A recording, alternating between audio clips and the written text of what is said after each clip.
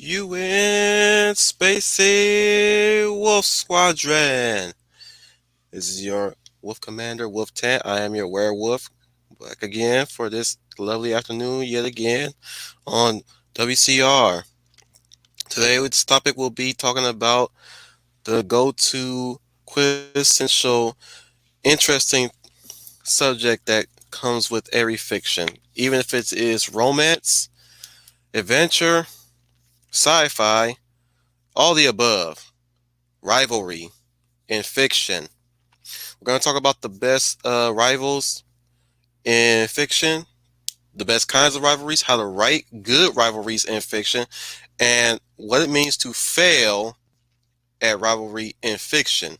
And believe you and me, anybody can write a rivalry in fiction, but it's far too easy for us to mess it up, if you will. Let me welcome everybody to the chat. So far, it's two of you in here. We have Brian Gil Martin, which he had a mishap just now before he got here. And he says, okay, now I'm in the right stream. Ended up going to Thursday stream by mistake. Laugh out loud. That's what I get for clicking on the first thing I see. It happens, man. I'm sure. It happens. Don't beat yourself up about it. Let me welcome also Schooner Tuna. And he's ready to learn. Of course. Everybody's ready to learn. Anybody's ready to learn. We're all here ready to learn. And Leia Plus Size is here. So is Melissa Harris, but she's also got some work to do. And she wishes us all luck on the stream. And hopefully I'll be there for the professor stream tonight. Leia Plus Size again. Good afternoon. So two of my wingmen are here now. You guys are busy. Every time I try to click on somebody's comment, it bounces up, and bounces. You guys are busy. So one thing I will say is that rivalry is always usually a good thing to bring up competition among characters, to elevate characters' relationships, to really get a little insight to how they bounce off of each other. Rivalries don't necessarily have to be good guy versus bad guy. Rivalries can also be among friends, sometimes family, sometimes lovers, even suitors of a potential lover as well. Rivalry can really bring out the best and sometimes the worst in people. It depends on how you write your characters and how their personalities clash, or at least their viewpoints clash. They can clash against power. They can clash against ideals. You know, you got the idealistic versus the cynic. You have that dynamic. You also have principles in clashing. You have the ones that have the principle of every life is deserving of living. Then you have the one whose principle is all all those who've done wrong should pay. So you have those type of dynamics. Where it all falls apart sometimes is when people do not follow up on how they set up these characters to be rivals. Or at least they keep using that same old rule they keep breaking: show, do not tell. So at times, when a rivalry fails to be a rivalry is when you have to tell somebody that these people are supposedly rivals, but you don't show them. We're also going to talk about the best rivalries in fiction. You guys can put in the comments of who are your best rivals, and they don't have to necessarily be two people. Rivalry can also rivalry can also range from a certain group. Like when it comes to the Spartans and the Athenians, the Spartans and the Athenians were rivals in history. They're both they both have a different viewpoint and different military military different military backgrounds and their professions. But they both respect each other in some aspects, regardless of their viewpoints and the rivalry between them. So it doesn't necessarily have to be a rivalry between two people. It could be a rivalry of three people or a group of people. Rivalry is a like I said, it's a very broad concept because it spreads everywhere. It's very flexible on how it pertains to individuals and sometimes a collective. So one way I would say, if I'm saying anything at all, is how to write good rivalry is, like I said, you have to have a clear principle in mind. Then you have to set up a principle that oppose it, or you have an ideal that you set up. Then you have an ideal that opposes it. You have to have a certain theme and another theme opposing it to set up a rivalry, and you have to have a character that embodies both sides of the coin of those ideals. Excuse me.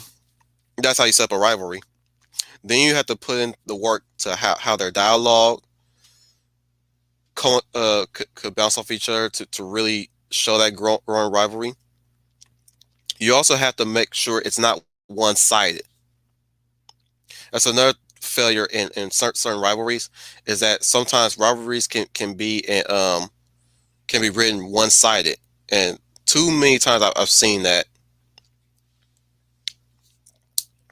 So yeah, you had the sometimes sometimes when it comes to one-sidedness, it's usually the idealistic character that tends to win out majority of the time.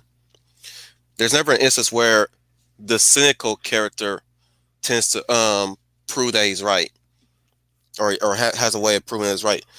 You can have moments like that where the cynical can be in the right, but it doesn't change the idealistic hero.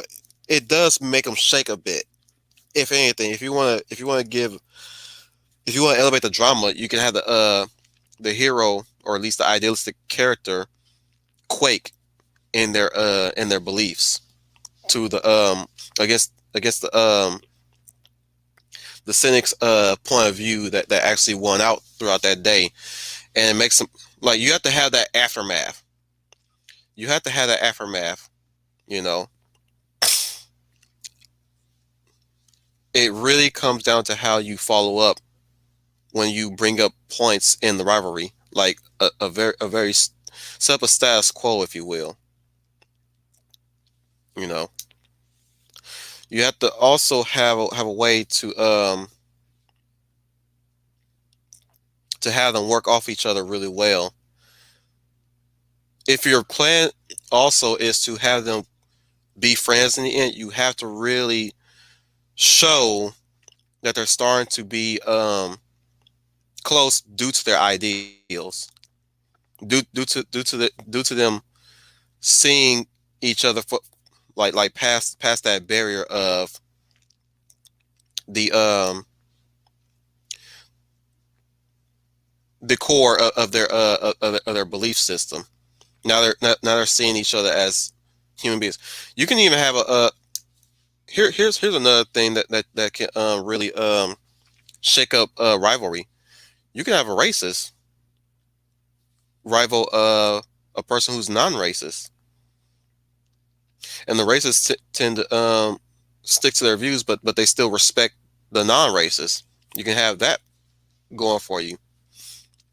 It's a broad concept for a certain social group, unfortunately.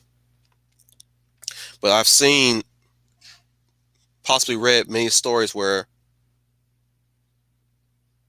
excuse me, yeah. Sorry, I'll be right back.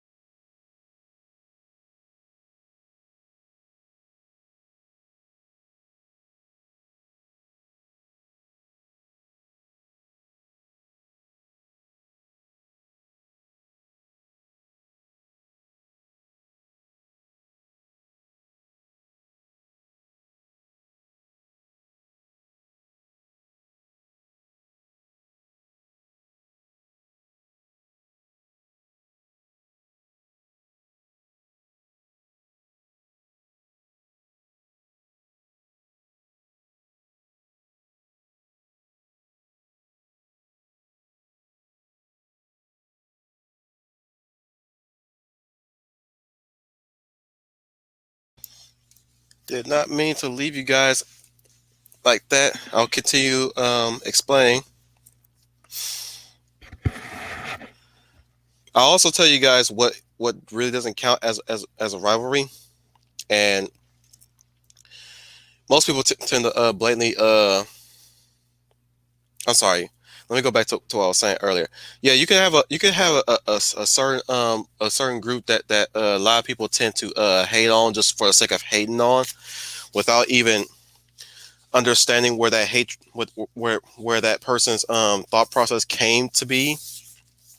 Like I said, a racist or even a genocidal character. You can have them as a rival, and in the end, they can be the best of friends. But moving on from there, yeah, I will go to explain what counts as a rivalry. In my honest opinion, you guys can take it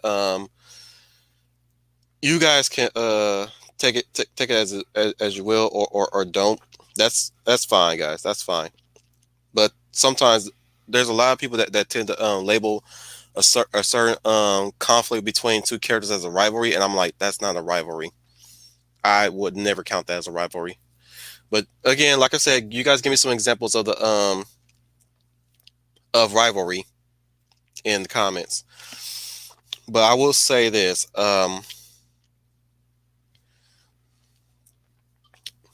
it really it's really important for you to have a very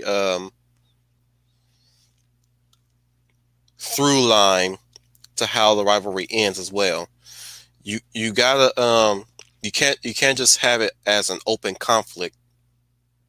At some point, you gotta get that conflict over. Because if you keep that conflict going, the audience gets bored because at some point these characters could at least either come to sort things out together and make peace with one another. But if you drag that rivalry far too long, I'm not talking about the rivalry just ends right there. I'm talking about the central conflict of where the rivalry comes from. The central conflict, I mean, of where the rivalry comes from and how it came about, how they brought them together. You got you got to settle that central conflict between those two.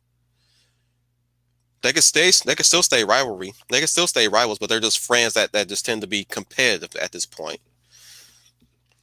Now they're just competing at this point. Once you settle that, but the conflict within the rivalry that began comes to the point where now they're seeing eye to eye. They're finally seeing each other's point of views, and now they can finally they exist as either frenemies or competitive friends, or just at this point they become good friends.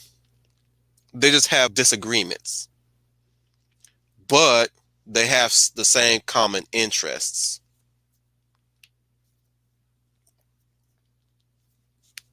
So that so I will list off some of my favorite rivals.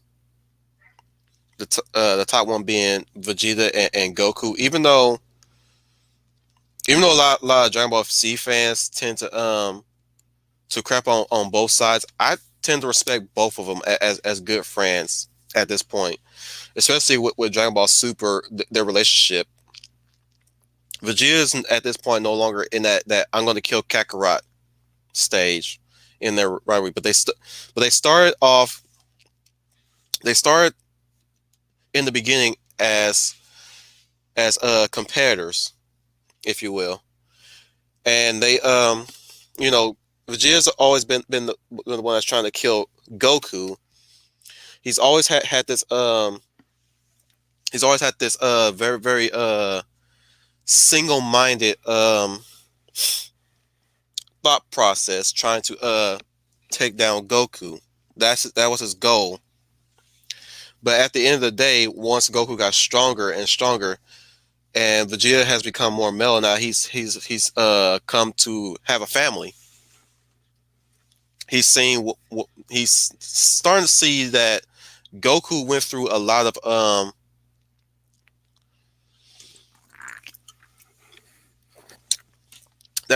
change, and he finally he's at this point in the years that followed, Vegeta has finally come to realize why Goku got so strong.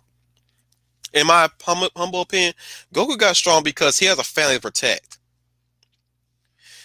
Now, a lot of people tend to see Goku always training because he loves the thrill of fight. He likes to fight. He loves to fight. He has that Saiyan blood. But no, I argue that Goku trains to fight to protect his family.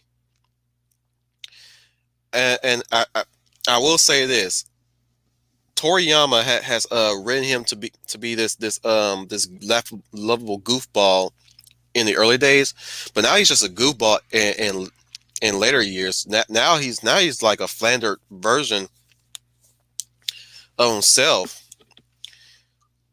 and I'm like, man, I really miss the Goku that really that I miss Z Goku. I don't really like. I really don't like Super Goku. That's funny how I'm saying that, considering that Toriyama turned him to Space Superman. But that's another topic or that's another talk for some other time. But I really miss Z Goku because Z Goku got stronger because he has a family to protect, or at least he has the Earth to protect. That's why he got stronger. He's not getting stronger because he wants to have fun. He's getting stronger because of a purpose. Vegeta gets stronger for the fun, for the purpose of not necessarily the fun, but Vegeta has his own ideas of how he gets strong. He's getting stronger to grab on the glory days of the Saiyan Empire. He didn't come to realize that he has nothing anymore. The Saiyan kingdom is gone. He has pride, yes, but he has a kingdom no more. Frieza wiped that out. And no, Toriyama, I don't care about that retcon about Beerus, Aura, and Frieza to take out Planet Vegeta and all that stuff. This is why I try to stick to Z more than Super, because Super went through so many retcons that it's insane how they retcon a lot of things that was ingrained into the canon. The only retcon I liked was Super Broly, and that's all I'm gonna stick to. I'm not watching anything Super related. That's the only thing I'm keeping from Super, is that Broly. As much as I love Z Broly, Super Broly is actually pretty cool. I actually prefer Super Broly over Z Broly. Yes, blasphemy, sacrilege, whatever. But back to what I was saying between Goku and Vegeta. I love their rivalry because one side fights to protect others, while another side fight to fight for himself. Vegeta fights for himself. He says he cares about the Saiyan race. He says he cares about the Saiyan Empire, but he never goes out of his way to father or sire children in hopes to create more Saiyans. Now, granted, they won't be the full blood Saiyans that he will produce, but there will be Saiyans in blood though.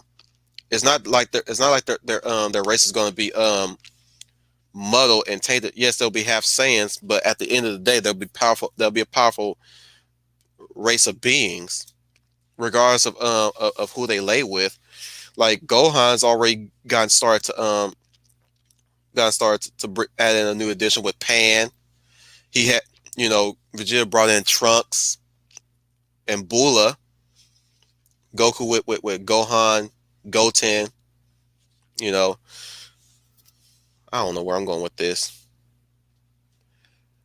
What I'm saying is their rivalry was the highlight to me, a fan in Dragon Ball Z, because their fighting, their reasons for fighting, clashed so much, and it kept fans interested in their rivalry to the point where a lot of people tend to favor Vegeta more so than Goku, which I don't get that.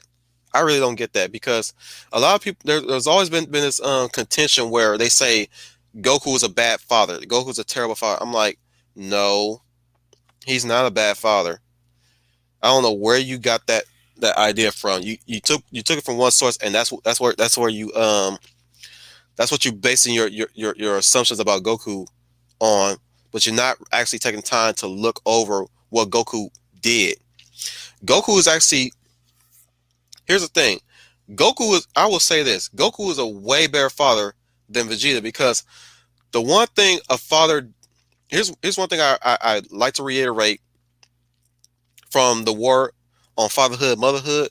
Fathers are fathers when when they know when the time comes that they're willing to sacrifice for the good of their family.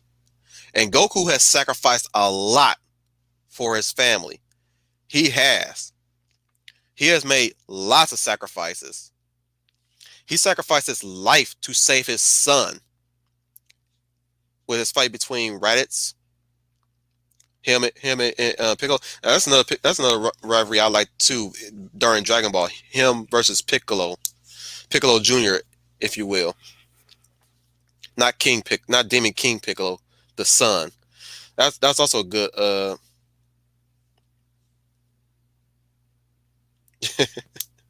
We're gonna get to that, Brian Gilmore. But yeah, like the fight between the rivalry between Piccolo and Goku was another thing that set up that got settled in Z. It got set up in Ball, and it settled in Z. So the conflict was already there in Dragon Ball to its conclusion when Goku defeated Piccolo Jr. And it settled once he entrusted Gohan to his future mentor in Piccolo. But let me get back to Vegeta. Here's the question. What did Vegeta sacrifice in his arc of being a father, or at least his story of being a father? He didn't really sacrifice much, at least up until the Buu saga. That was the only thing he did. That's the only time I ever saw him sacrifice anything for the sake of his family. And even then, here's another thing why I say Vegeta is a terrible. I would say he's a terrible father. I'm going to say that right now. He's a terrible father.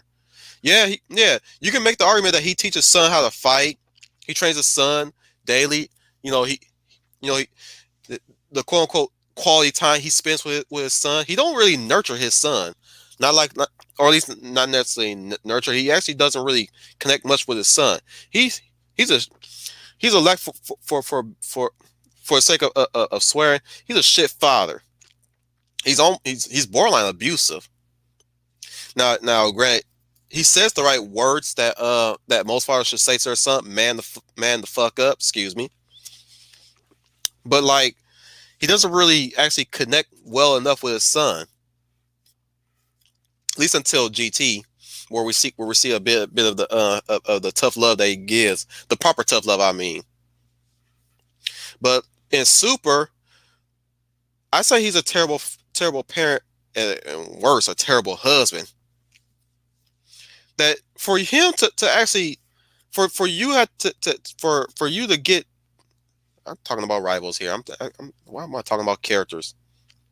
I'll keep going. It's gonna make sense somehow. It's gonna make sense. But Z Vegeta, you have to talk him into doing something by mentioning Boomer. And I'm like, dude, why is every time when Goku comes up with a plan, he literally comes up with a plan, a legit good plan, and you're opposed to it, he has to bring a Boomer to make you get in on it at this point. But that's a tangent. I'm going on a tangent. Let me get back to where the rivalry works. It really shows how Goku gets stronger because he sacrificed a lot of things. It's like what you're willing to sacrifice to gain to go that extra mile. Not necessarily who you're sacrificing, it's what you are willing to sacrifice. Goku sacrificed his life to train in Otherworld with King Kai. He came back stronger. Granted, Vegeta was still stronger than him to some degree, to the point where everybody had to get in on taking Vegeta down. But that power boost came from him sacrificing himself for the sake of his son. Did the exact same thing yet again on Planet Namek when he became Super Saiyan. He told Gohan, "Get out, get everybody on the ship and go. Leave me here." You know, Gohan was willing to help him fight Frieza. But he said, "I'm not going to argue with you, son. Get everybody on that ship and leave." I'm paraphrasing, but that line is a powerful thing that really set a fire into my soul. That's how a father talks to his son. Imagine Vegeta was in that same situation and Trunks was like that. He'll probably backhand Trunks and just leave him on the planet just to fight Frieza. And I'm talking about Z pre-Android Saga Z Vegeta, where all he cared about was his Saiyan pride. Whereas Goku told his son, "Get off the planet, take everyone with you. Leave me here. I'm gonna end this fight." That's a real father. I'm saying that right now. Goku is a real father. He told his son to leave him there and get everyone off that planet.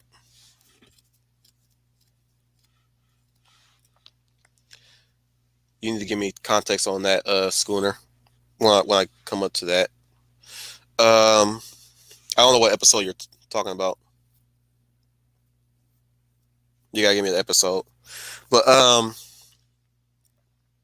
GT right there, for all his faults, it actually we actually did get a bit of character development from Vegeta, where he went through all the years of him challenging Kakarot, and he finally realized why Kakarot got so strong, to a point where he respected Kakarot. I'm saying Goku's real name now.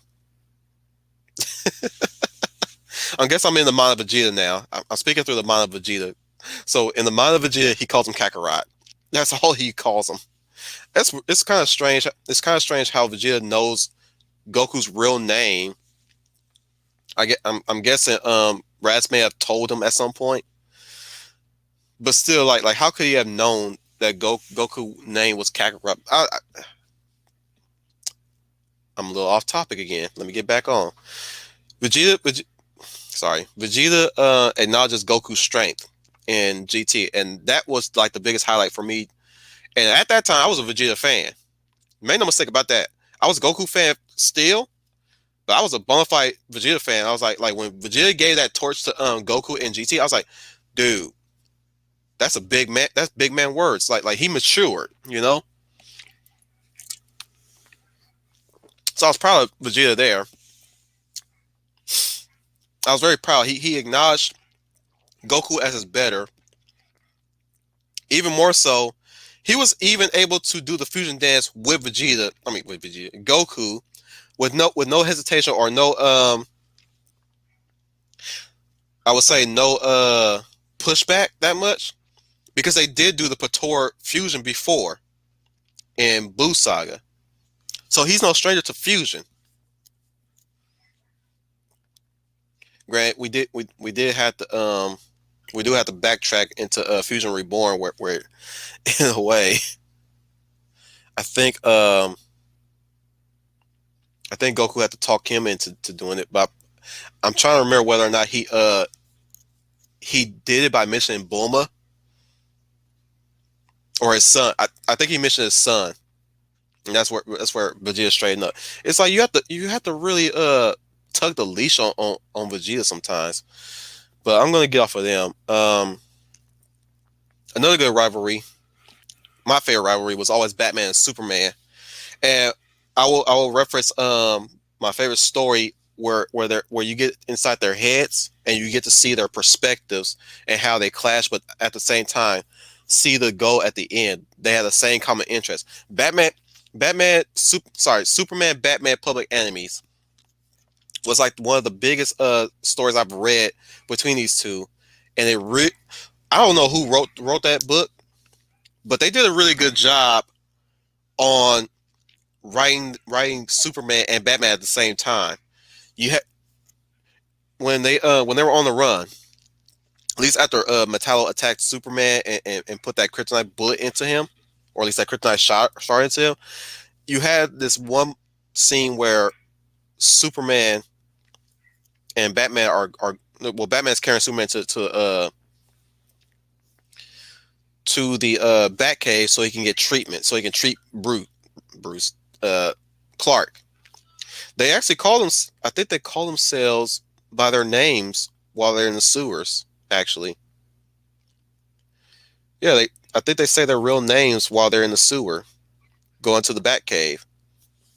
If I recall, that's a that's a rivalry that literally evolved into a friendship, and how they're really comfortable saying their names around each other, and which leads to why I like their rivalry. Batman, as I said in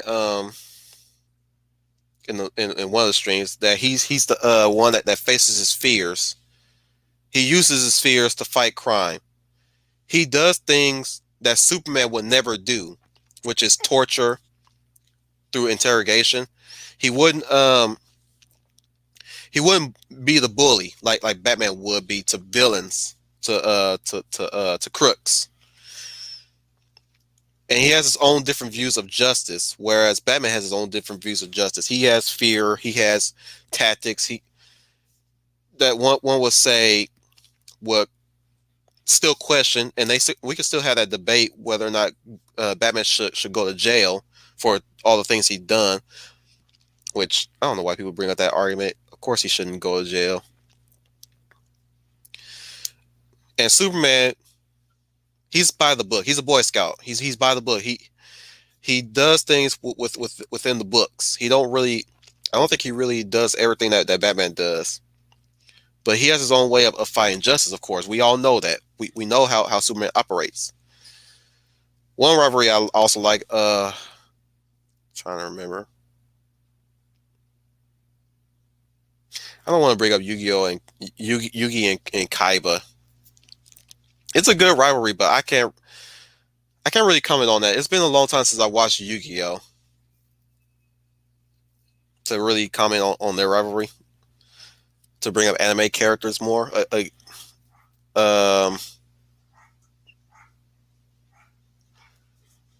You guys can help me. I'm going to read your comments anyways. We're at the 30 mark, so let me stop to read comments.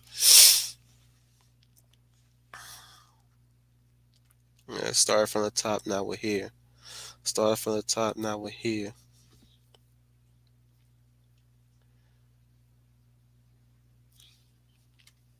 We'll start with Leia plus size. Well, I will start with my comics: Cyclops, Wolverine, Tony Stark, and Steve Rogers. Those are really good rivalries.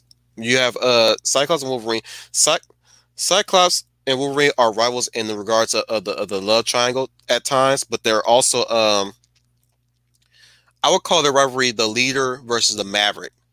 Cyclops is the leader, and Wolverine is the maverick. So you have sometimes Wolverine tends to oppose. He tends to oppose Cyclops' leadership, whereas you know, he does.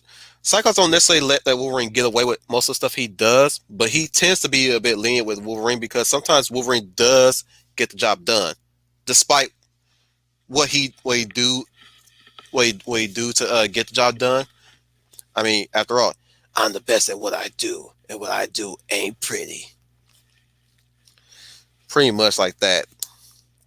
And then you have Tony Stark and Steve Rogers. Steve Rogers is obviously the idealistic, Boy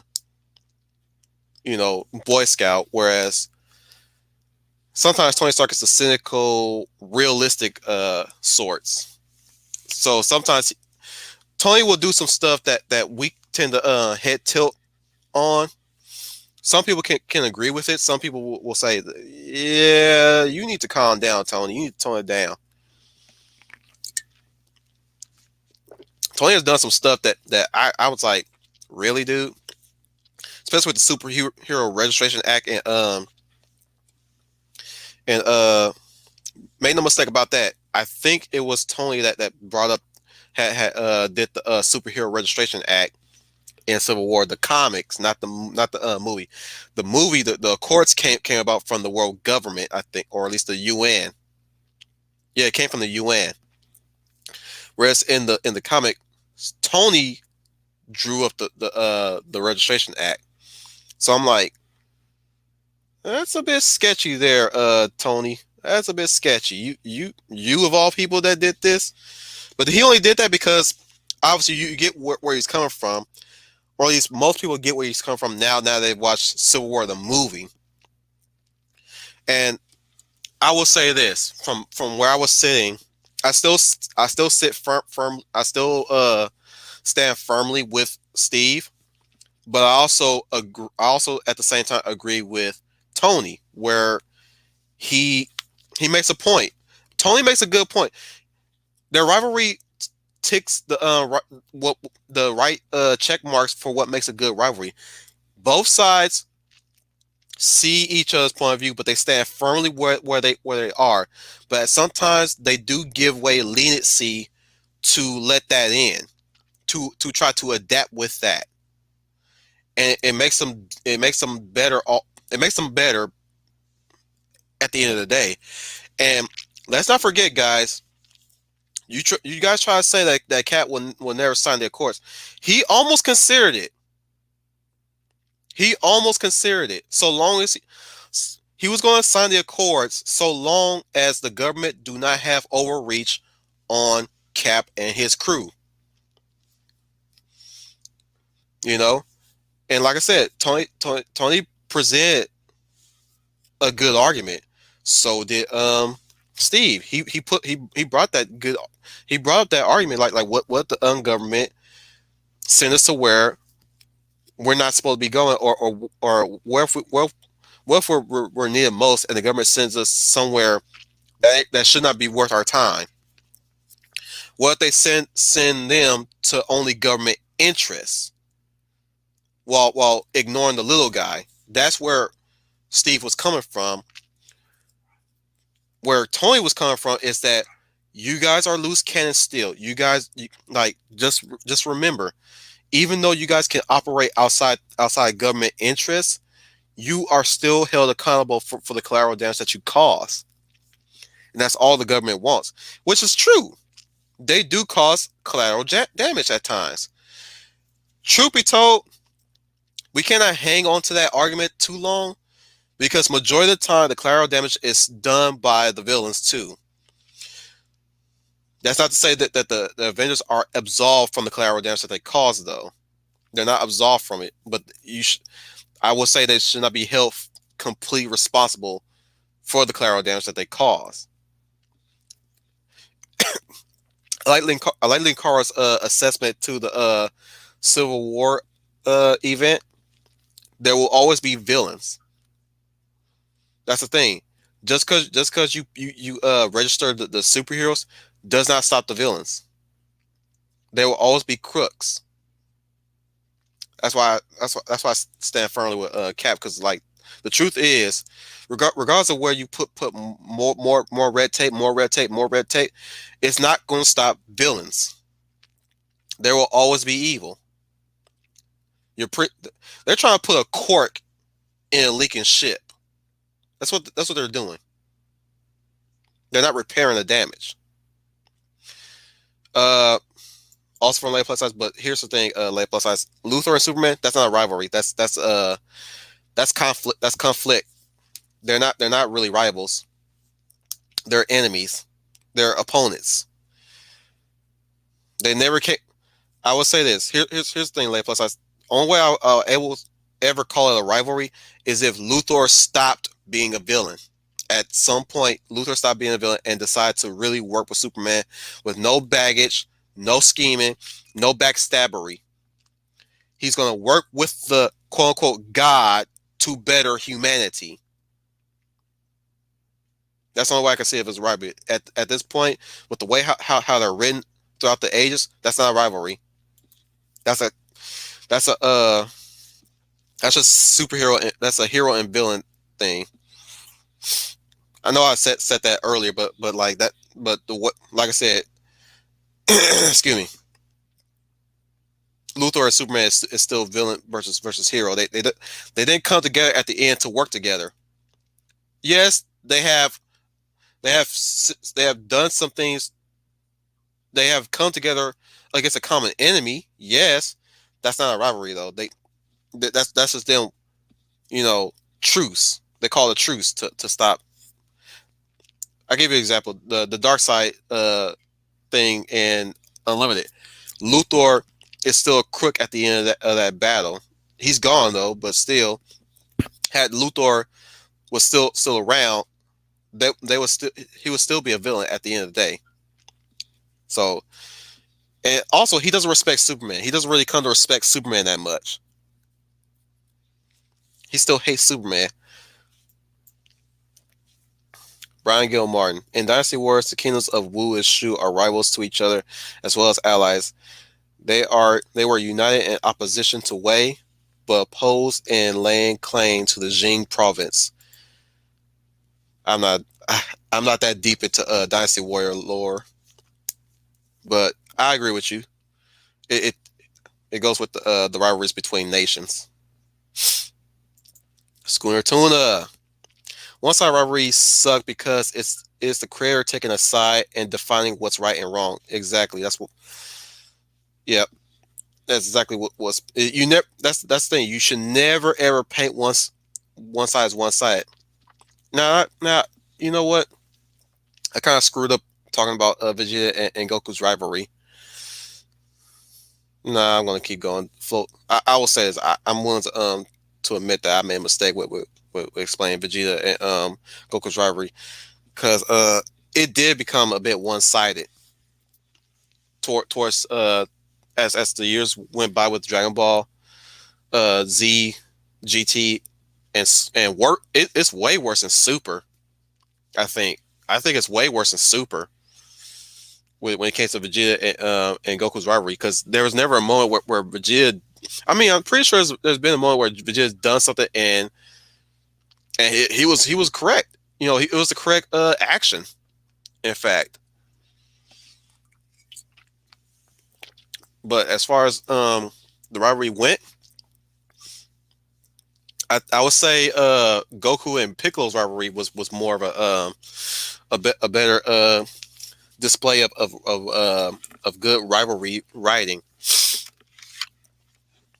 because I think there was a moment where even Piccolo opposed Goku on his views. Excuse me. Brian Gil Martin. Sonic and Knuckles had an off and on rivalry based on beliefs and lifestyle. Sonic is free spirit who goes where he wants, whereas Knuckles sticks to Angel Island out of a sense of duty. Yep. There was even times, if you ever watched Sonic X, which, I mean, who has never watched Sonic X with that hot opening? But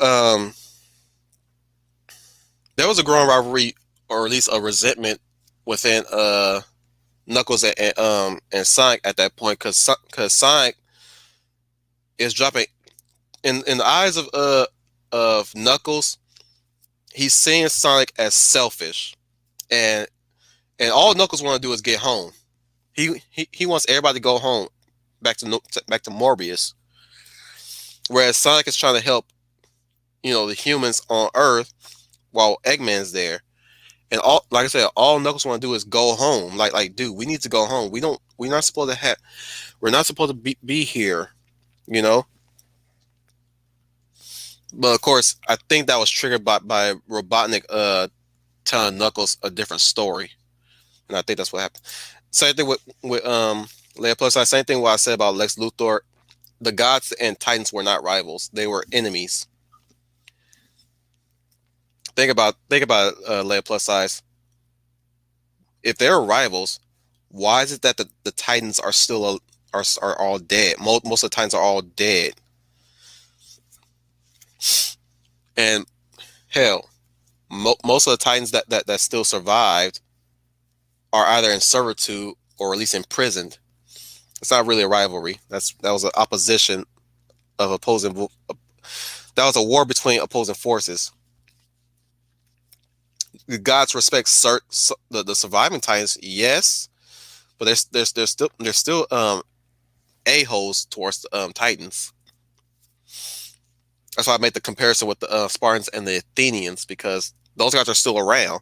They actually did not go about killing each other that much. They did not always respect each other's views, let alone their battle tactics. They just respect. They do have some respect, though. Sorry.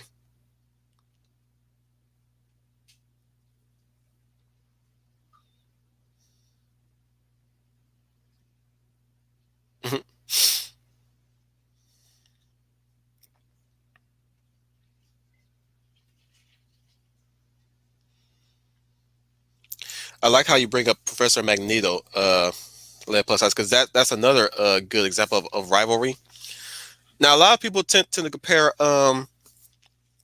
both Professor X and Magneto to Martin Luther King and Malcolm X, and they would not be wrong. They would not be wrong. They have opposing views of how humans and mutants can coexist, where Xavier wants mutants and humans to coexist together equally, and Magneto wants mutants to be empowered. I don't mean to use that word, but he wants to empower and uplift mutants and keep them safe from persecution and prejudice. And Xavier wants to do it through integration. He wants both mutants and humans to coexist. That way, they can build the bridge of peace between mutants and humans. Whereas Magneto, I don't think Magneto wanted to be a segregationist. He just wants to make sure that mutants are at least not treated as lower class citizens. But that's just me speaking on what I thought Malcolm X's belief system was. How he wanted all black folk to be. He did not want. I don't think he ever wanted them to be segregated at all from white people or any other race. I think he really wanted us to coexist, but he wanted to make sure that black people had the means to keep themselves self sufficient and well organized. I I would have to read his autobiography, his biography. All about no, that's not. Mm-mm. It's biography. I need to read his biography, not and make make make my own viewpoints on. But from what I studied from Malcolm X, I like I said, I like to think that Malcolm X did want us to want black people to be stay segregated from white folk. I like I said, I think he want us to build our own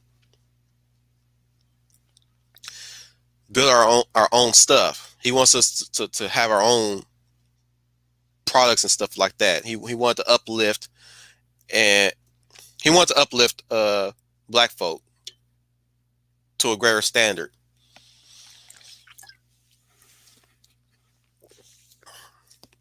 But like I said, that's my viewpoints whenever time I look at Xavier and Magneto. I look at them at the same lens of how I looked at Malcolm X and Martin Luther King. Since we're making that comparison between those two, Brian Gil Martin. Street Fighter is chocked full of different rivalries. Ryu, Ken being one, and they're also friends and training partners. Yeah, that's another good way of writing. You can even write friendly rivalry. They don't necessarily have to be heated rivalries among friends. They can be. Excuse me. Oh, excuse me. Got little bubbles in me. They can be friendly rivals. Like in the case of Ryu and Ken, they're good friends. They just like to fight each other just to prove, just to progress and show how far their training has come. And a lot of people like to think that Ken is weak because he has a family now. I argue that he's much more he's all the better for it. I argue that Ken is all the better for it to start a family with his wife. I think her name is Celia. You guys will tell me in the comments. His wife's name is Roxanne. Dang, I forgot his. Like I said, a lot of people tend to say that he's weak for having a family, like starting a family and owning his own. Dude, he's a much better character with his family. He's got a wife. He's got. At times they say she's got a kid on the way. When is that kid gonna come? I don't know. But like I said, he's all the more better for it because now if he gets stronger, he's got a purpose for it. He's got a purpose for getting stronger now, a new purpose. He gets stronger to protect his family, especially with Shaolu on the horizon here and there, or whoever is the new big bad company in the Street Fighter lore. If they're coming after him and his family, I got another thing coming. Whereas Ryu is aimlessly training for what purpose? I tend to think Ryu is a boring character, not because he's overpowered. I don't like using that term because he's overpowered. No, it's not because he's overpowered. It's because throughout the whole Street Fighter universe, there's nothing really interesting about Ryu at that point because all he does is train for what? And every time we get back to Ryu, it's always about him trying to suppress the Dark Hado, or at least try to keep himself from becoming evil Ryu. I'm like, that's getting boring after a while. Like at this point, he hasn't found no way of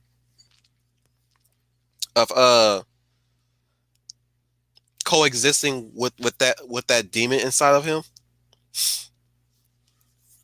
That's what I'm saying. Like I will say Ken's is the better character. Now, who's the better fighter? Ryu, definitely. But who's the better character? Ken. But they play off each other so well through their rivalry.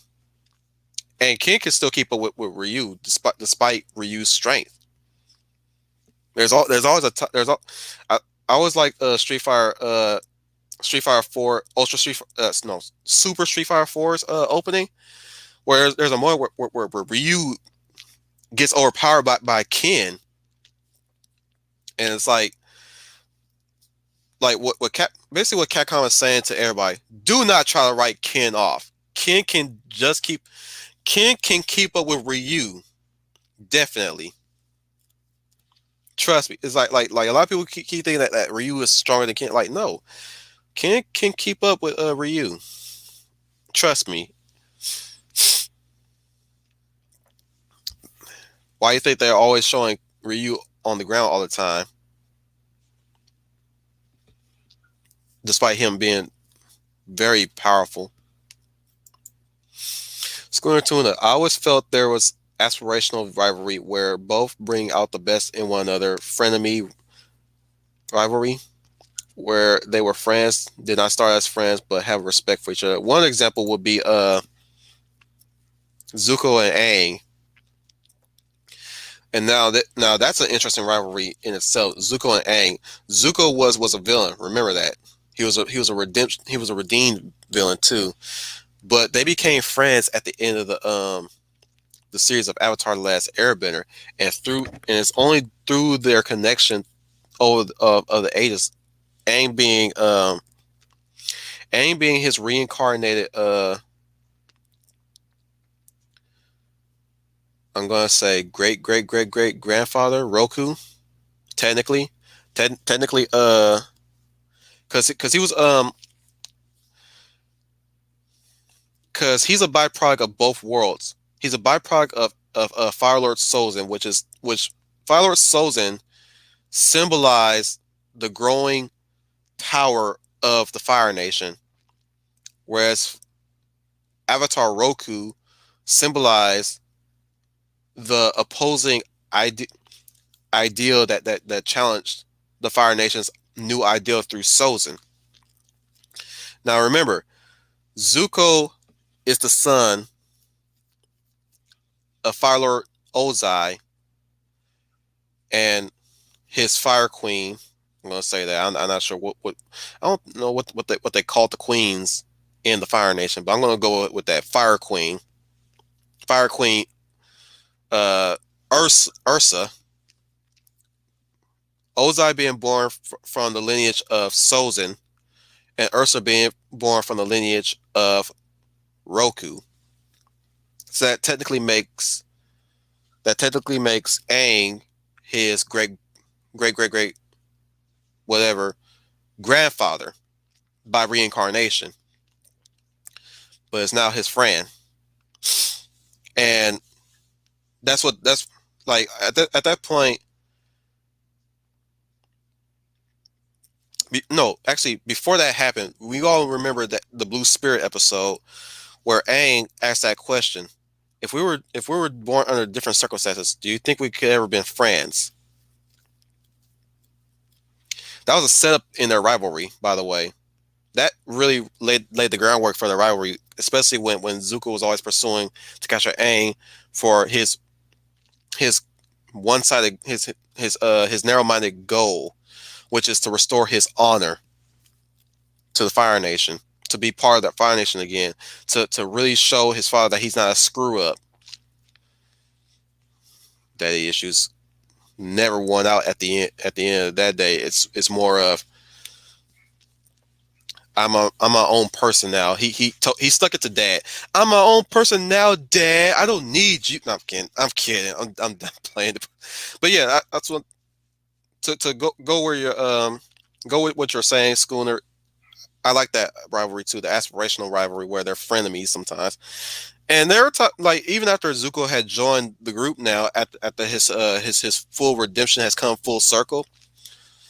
He he does butt heads with Aang. Even the episode with the Sun Raiders where Katara's out to hunt the man who killed her mother, and Aang is trying to be that idealistic. You shouldn't go through with this. You're no better than this person, and and Zuko chimes in and he says, "Yeah, that's fine if you're a monk, but this is the real world, Aang. Like at some like this guy has to die, you know." I like how Zuko spoke up like that. It's like you know what, Zuko has a point. Like Qatar needs to sell this and see it through. Let her see it through. You know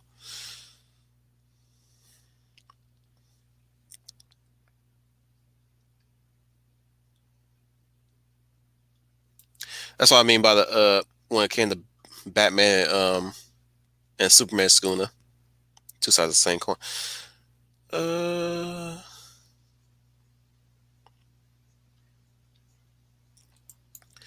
Yeah, plus size. Most don't see this, but in Anne Rice's vampire novels, you have Louise, a vampire who did not want to kill, and Lestat, who killed and did not care. Yep. Um.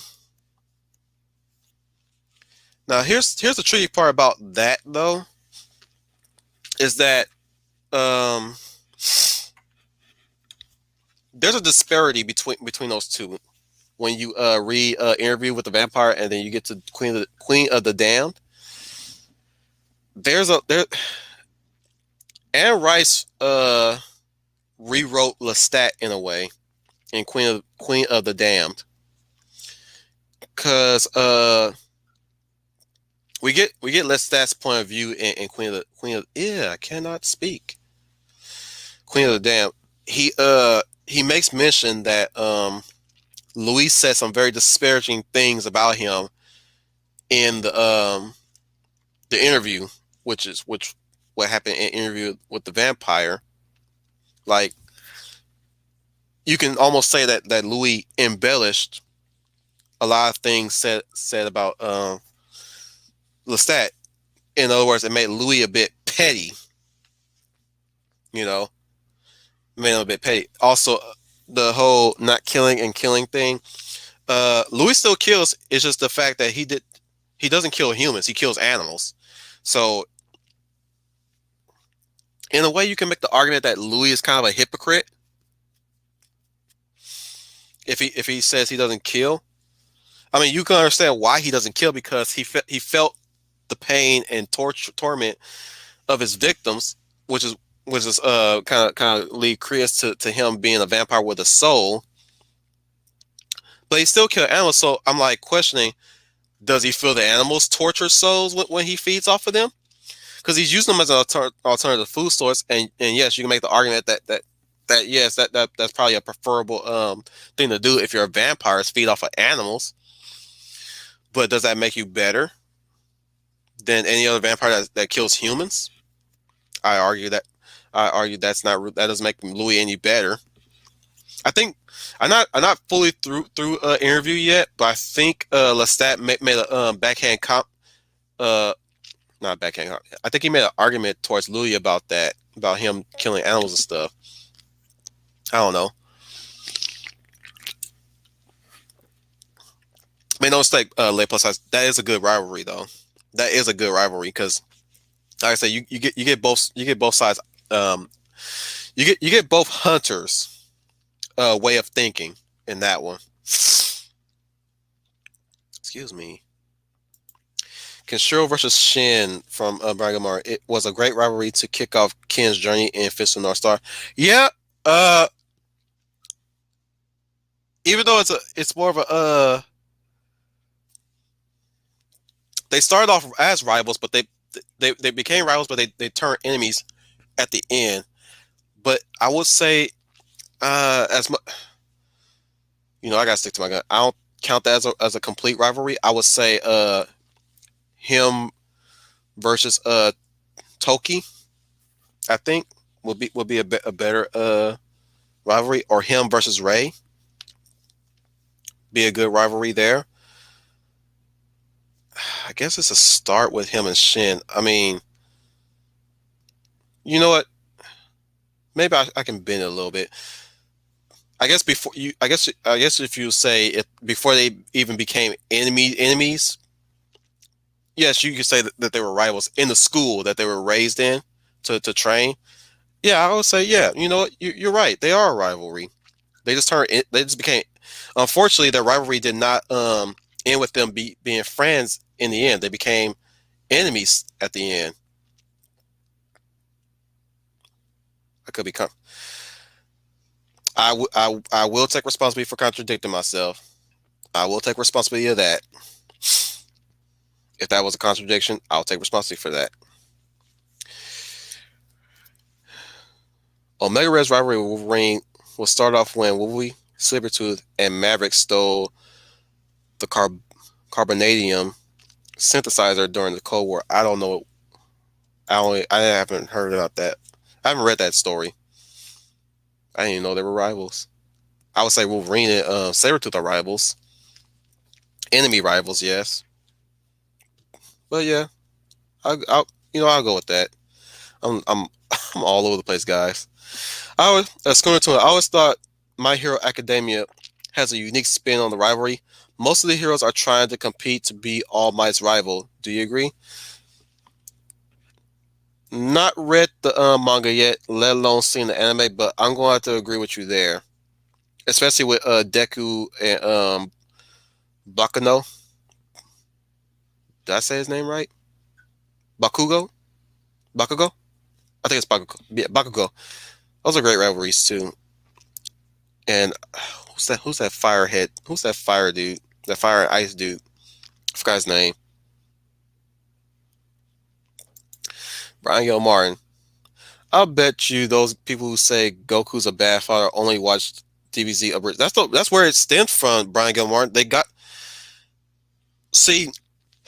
Here's as much as I love Team Four Star, and I should not really put them the sole blame to this.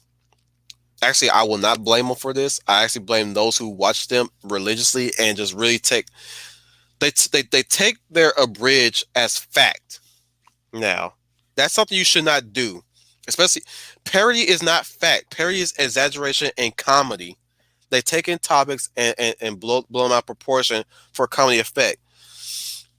And yet they took Dragon Ball Z abridged. The word at the end is abridged. That means you should not be taking this seriously. As much as funny as it is, they took it as fact. Goku is not a bad parent. He, I don't think any of these idiots have ever watched Dragon Ball Z movie, let alone the show. Guys, if you guys really want a good argument, check out Sailor Scholar's channel, Saiyan Scholar. He laid down the facts, especially about Chi-Chi. Yeah, you guys check out Saiyan Scholar. Once the name pops up, there it is. And check out his video about why Goku is the best father. He makes some really good points, and at this point I was like, dude, he's not. Before I even discovered Saiyan Scholar's channel, I was like, how is Goku a bad father? He's a goofy father, yes, but he's not a bad father. So I'm taking him shielding Gohan. I'll give you one example of how Goku is a good father. I'm going on a tangent. I don't care at this point. I love Goku. I'm going to back up my boy Goku. But I'm guessing him shielding Gohan from Broly's chest blast is not being a good parent. Hello? You guys don't bring up anybody who says he's a bad father. Y'all don't bring up that instance, do y'all? Y'all don't never bring up that instance where Goku took Gohan in his arms and turned his back to Broly to take the brunt of Broly's attack to protect Gohan. Oh, they forgot about that. Or what about Cooler's revenge? Where again, he took the attack, I think, from Cooler. No, it was one of Cooler's goons to protect Gohan. And that attack injured him for the majority of the movie. You trying to tell me he's not a good father? A father protects his son. That's what a good father does. Or at least a father protects. You know? I didn't see Vegeta going out there to save his own son from Broly when especially when Trunks went out there with Goku to fight Broly, and all Vegeta did was stand there and fight. Little pussy.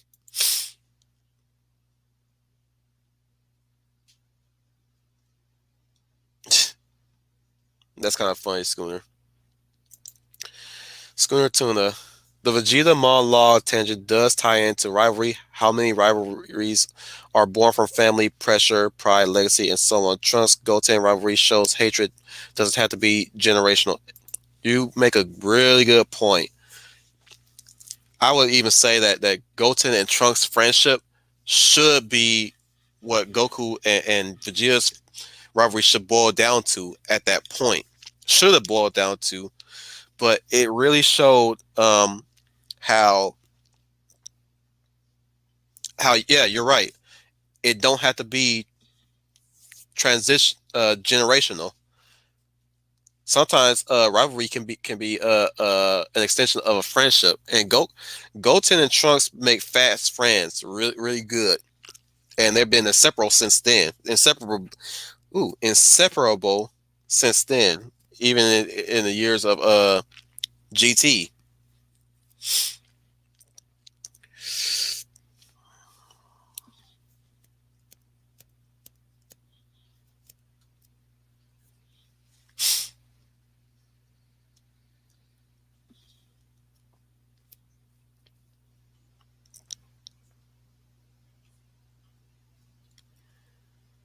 Okay, I'm caught up. The chat jumped a bit.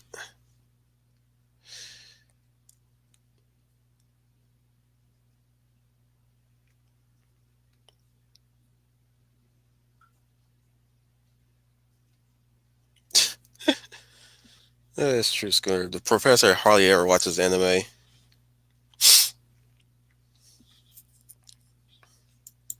Again, from Schooner Tuna. Frank Miller / Zack Snyder Batman should go to jail, but the Bruce Timm, Dan O'Neill, and so on Batman, no, he should not. In a parallel world, Wayne was put on trial but found not guilty. Yeah, that whole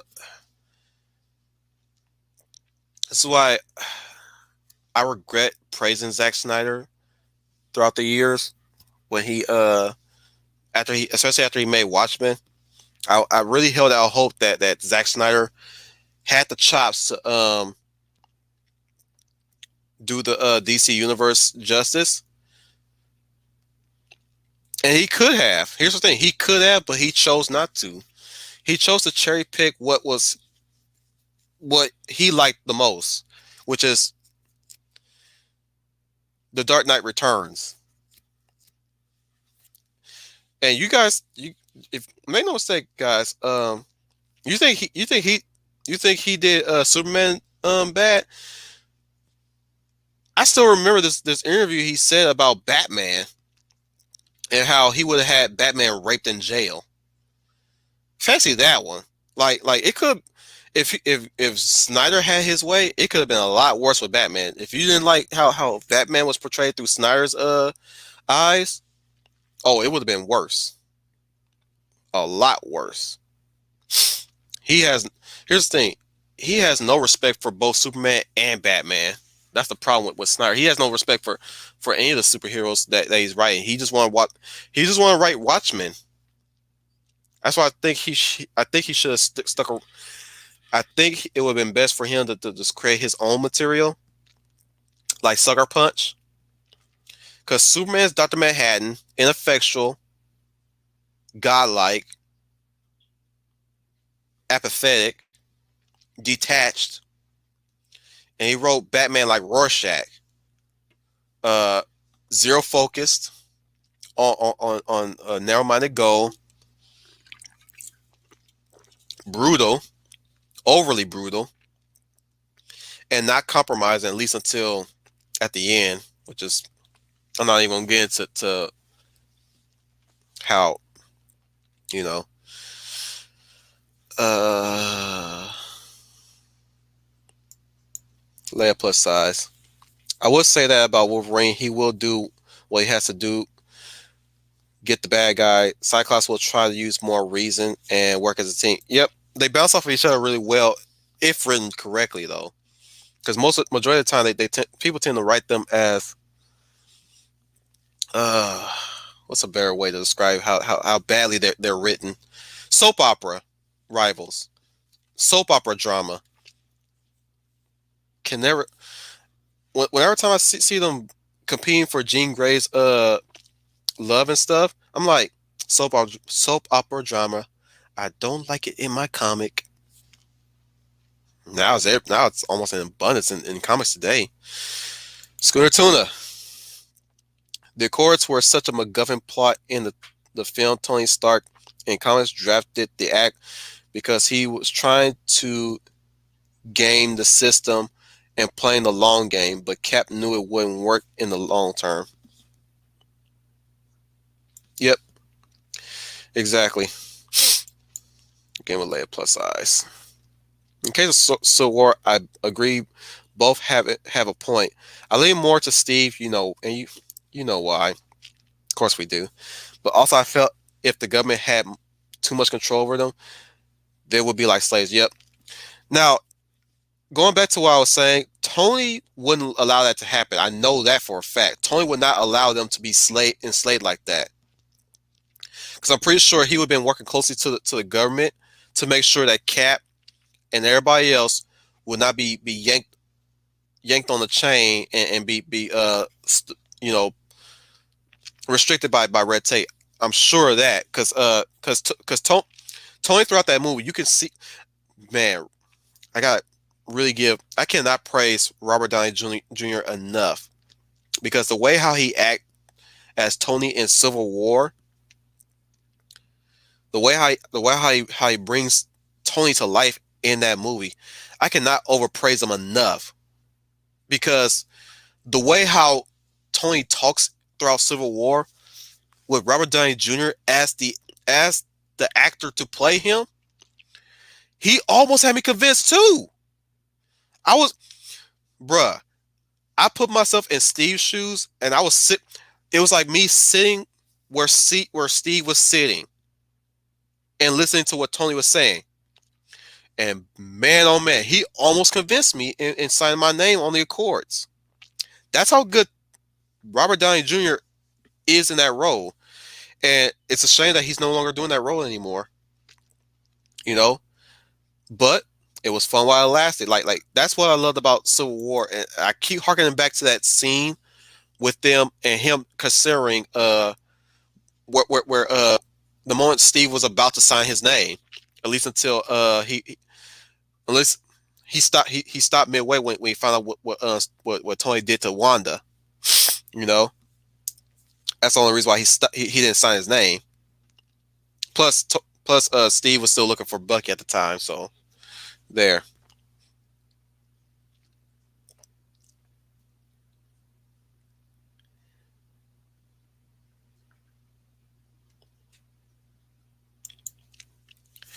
Brian Gilmore to lay a plus size. That's pretty much how I feel. And besides, government isn't exactly the paragon of what is right and wrong. So true to life.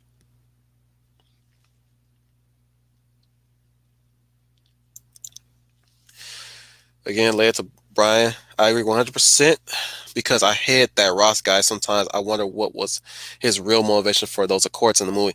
Well, here's the thing, Leia plus size. That was Thunderbolt Ross. You guys don't know who Thunderbolt Ross is? Thunderbolt Ross is the Hulk's enemy. That was the Thunderbolt Ross, played by the same actor, same role. That was Thunderbolt. That's why you didn't like him. That was Thunderbolt Ross. That was the a-hole of the Hulk stories. He's the reason why the Hulk always cause such disasters because he triggers them.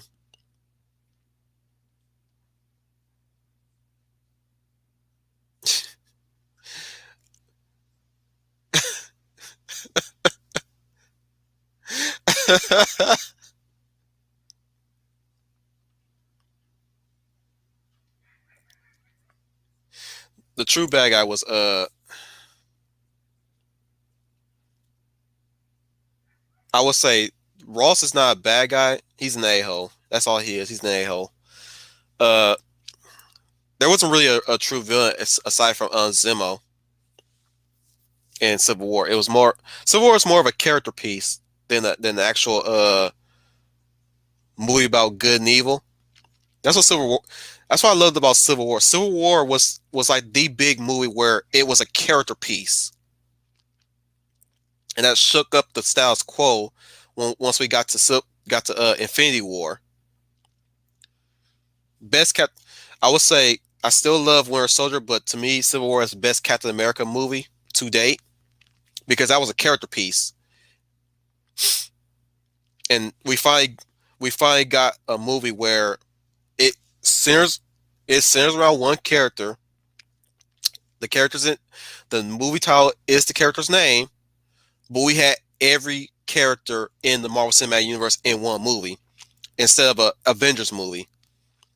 So I gotta give it to the Russo brothers for doing that because a lot of people kept complaining about where are the superheroes in each Marvel movie once now that the Avengers have happened.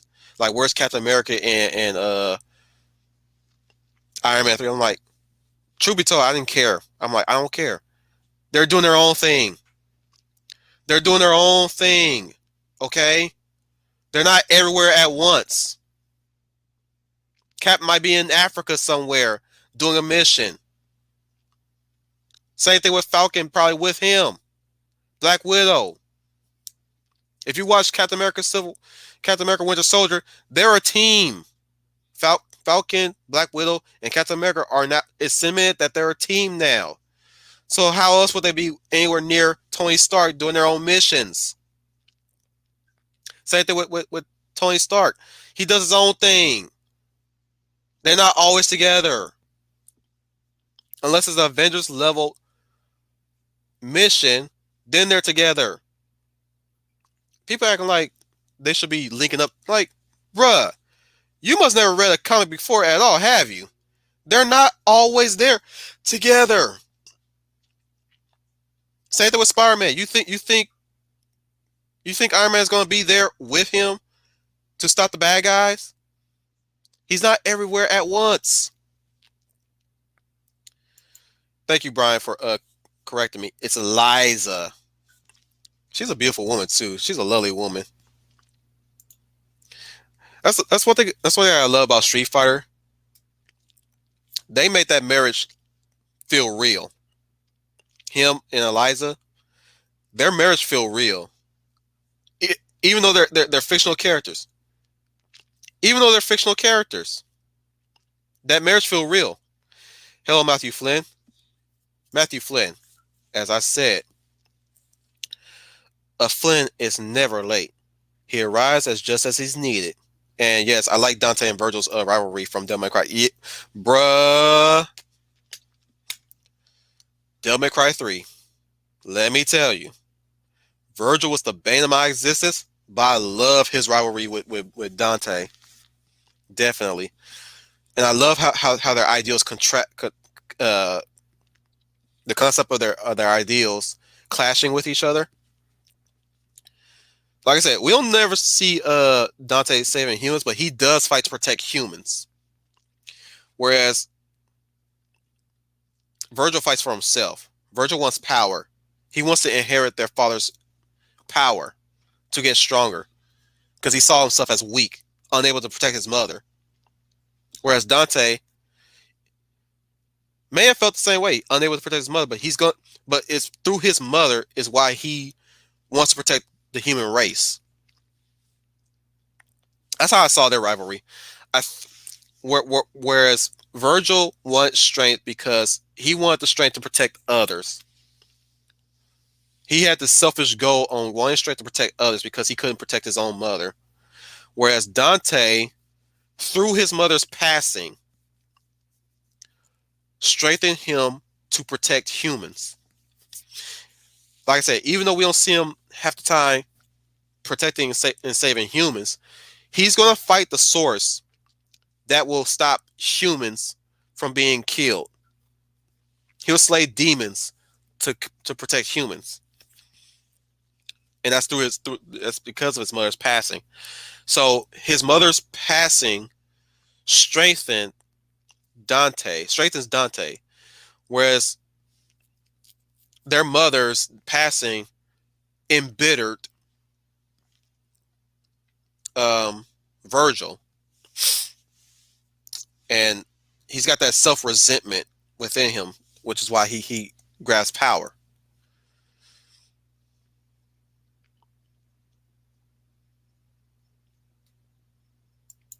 Oh yeah, the vampire Lestat. I think yeah, you know what? I think that's where that was. Yeah, I think I think where the disparity came in is through the vampire Lestat, not Queen of the Damned. Thank you,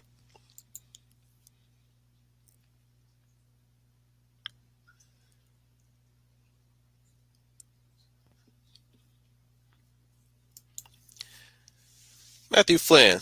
I thought the Guyver Patriots would talk about Guyver, but yeah, Guyver 1, Guyver 3 is a good rivalry. They're comrades in arms too in the war against Kronos. Ryan Gomar, how would Spider-Man and Venom stack up as a rivalry? I would say they're a good rivalry. Yep, I would say that. I would definitely say that's a good rivalry too, especially Agent Venom, possibly. You can also say Ben Riley and Peter Parker is a good rivalry too, and Ben Riley was around during the Clone Saga. Then there's uh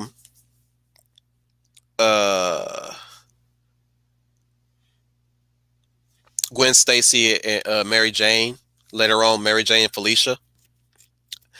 That's another thing we didn't talk about. We didn't talk about female rivalries either. We're talking mostly about male rivalries, right? Give me some female rivalries too, guys. Come on, you guys gotta give me the woman's perspective here. We're we've been going we're going yeah, we're on the hour mark right now, and all we're talking about is the dude rivalries. We're not talking about the female rivalries. You guys gotta give me some good ones too, and give me some bad ones. Give me some bad ones, and don't, guys.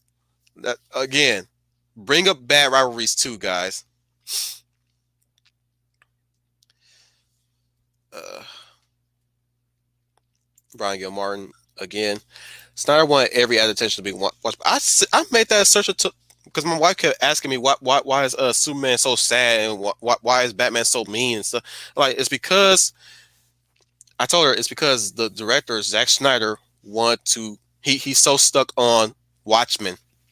He wanted to rekindle that fire of Watchmen. He thought Watchmen was so great that he wanted to just rekindle that fire.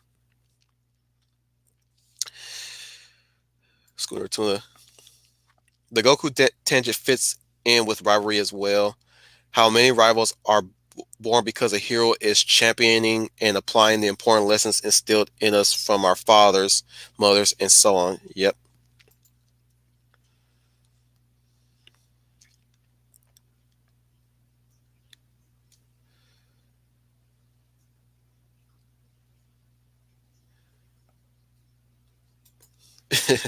That we can both agree. I was never.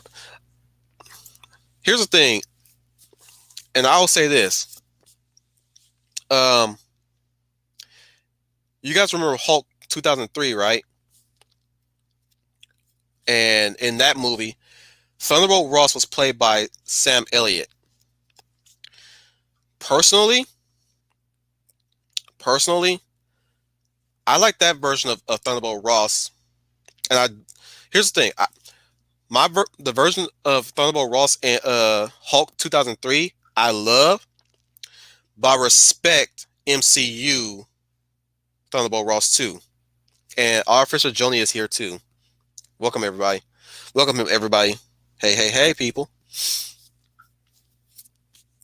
Like I said, I can respect Thunderbolt Ross because he does raise some good points. He's just an a like I said he's an a-hole about it. Whereas Sam Elliott, I'm calling him that. Sam Elliott Thunderbolt Ross was more of concern of protecting his daughter, and I like I didn't really hate Thunderbolt Ross and Hulk that much because I saw why he was doing what he was doing. He was protecting his daughter, whereas Thunderbolt Ross in MCU, he's just a jackass. He could care less about his daughter that much. I mean, he says he cares about her, but he doesn't really show it. Even Betty makes mention of that. It's like you don't really care about me. You really don't. Whereas Sam Elliott, Thunderbolt Ross, I actually loved him because again, that's a father protecting his daughter. And I never got mad at him for it. It's like you have a legit good reason why you're doing what you're doing. And I respect that But man, leave Bruce alone. Bruh, I'm begging you. I'm begging you, Ross. Leave Bruce alone. That's where I am when it comes to Thunderbolt Ross and Hulk. Whereas MCU Thunderbolt Ross, I'm like, dude, you're just a jackass. Stop. I get what you're saying, but you're still a jackass. That's how I am. Sorry, I'm going on a tangent. I'm just letting you know my stance on because you guys probably forgotten. There's two versions of Thunderbolt Ross. There's Hulk Ross and there's MCU Ross. So there's that. They're not the. I don't put them in the same category. Hulk is a separate beast. Just letting you guys know. Let me move on.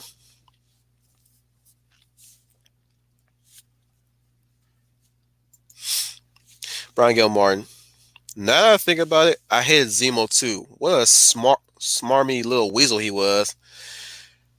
And again, that's why I like that. I like MCU Zemo as opposed to comic book Zemo, because MCU Zemo was the human aspect of what he was the human aspect, but he was also the very important thing that the Avengers protected in their escapades. What that protected thing became the enemy and decided to screw you over.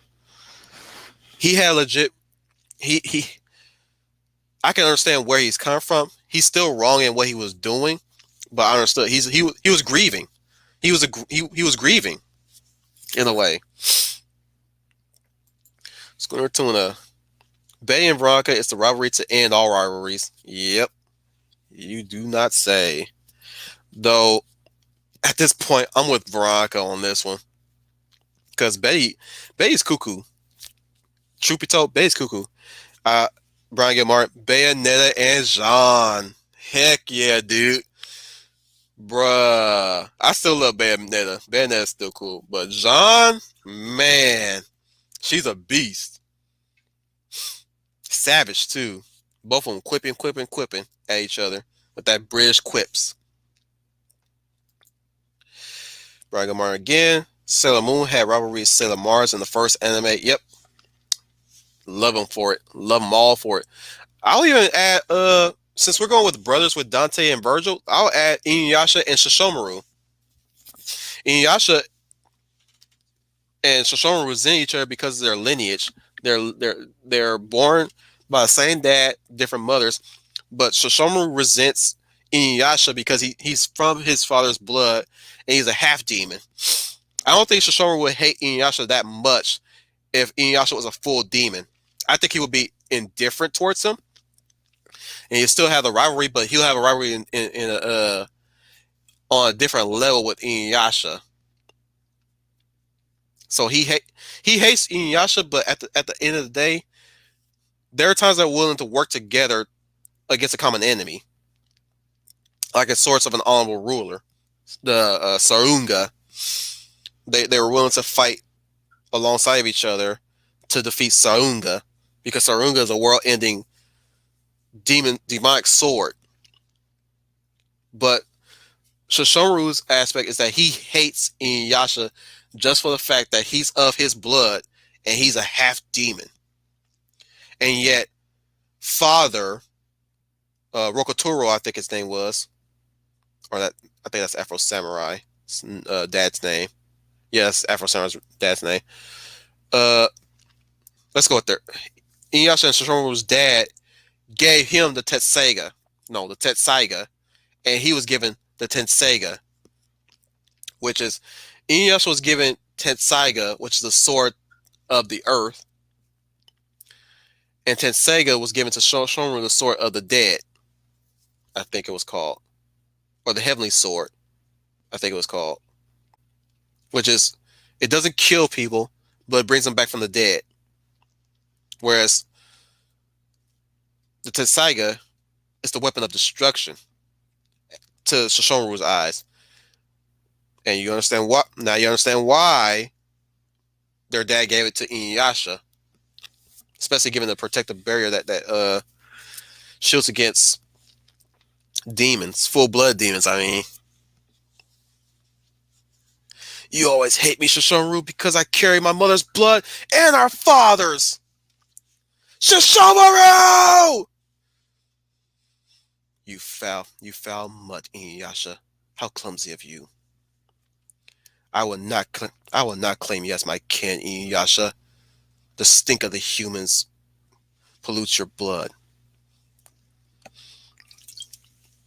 Give me the sword, Tensaiga, Inuyasha. Over my dead body, Shishomaru! And there you go. I tried my best to do my best impression of Inuyasha and Shishomaru. So there's your treat.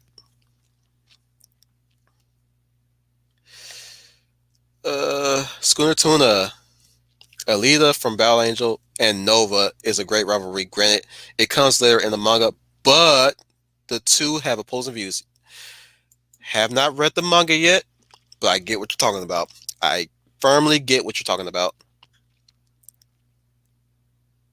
You can almost say there was a growing rivalry between Alita and Ito, too.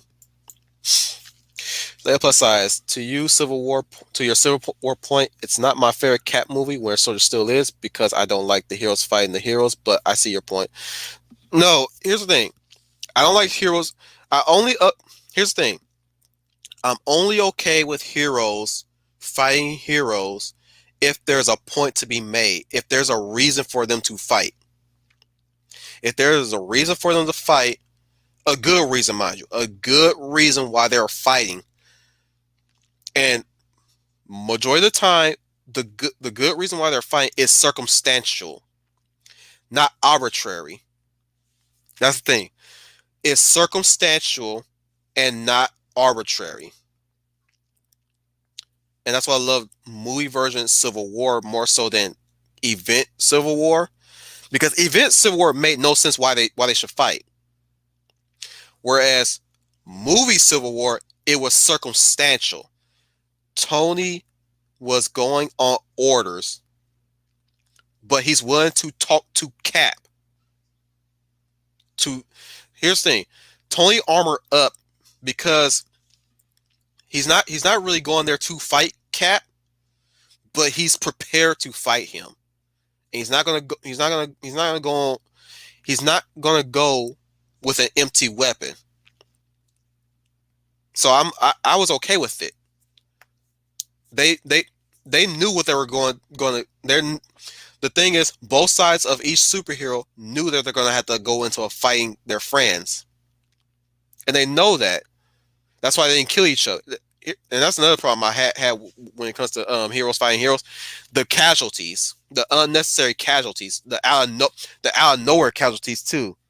I cannot stand when writers nowadays try to pit hero against hero. Somebody gotta die for some reason. I'm like, no way in hell any superhero would kill a superhero, even if it is unintentional. That's just not how it's gonna go. That's like in the fight, in the big fight in the airport in Civil War. Wanda makes a comment to Clint, "You're pulling your punches." Duh! Of course he's pulling his punches. These are your friends you're fighting. Okay? No, I'm not knocking Wanda for saying that. No, I'm not knocking that one. I'm saying if anybody makes that argument on the superheroes pulling the punch, I'm like, yeah, duh. They're friends. Even if they're not friends, they work together. They're the good guys. They're not gonna kill each other. I heard many people were doing that. I can go on and on about that. Schooner Tuna. Ruby and Cinder from Ruby are the perfect example of rivalry done poorly. Yep. I wouldn't call that a rivalry. I would say a better way of bringing. I would say what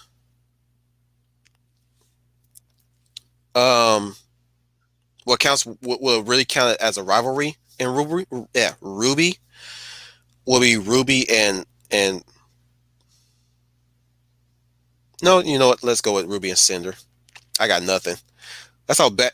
You know what? That's how poorly written that show is. If I can't even figure out who's actually a rival against a rival, or who has a good rivalry with each other, you know you done messed up. If I can't even point out who's a rival and who's not in your story. So yeah, I'm gonna concede it's Ruby, because they don't come together. They're still opposed to each other. They don't come together at the end. That's why I said I'm hesitant to call them a rivalry. You know, or at least they're gonna make arrangements to where nobody gets in each other's way. That's one thing I forgot to add in the beginning of this stream. Villain and a hero rivalry will break down into. I'm gonna do this for you, and for about a week, I'm gonna stay out of your way. So we'll add that to the list too. I'm losing it. Soldier on. Leia Plus as the Brian Gil Martin. Agree. We will have to deal with him again in the Falcon and Winter Soldier. I'm not gonna watch that show. I'm not. Nina and Anna Williams. That is a good rivalry too. I will even add Taki and Ivy Valentine. Maybe. There's also Kasumi and Ayane. Come on, guys. You guys gotta keep up.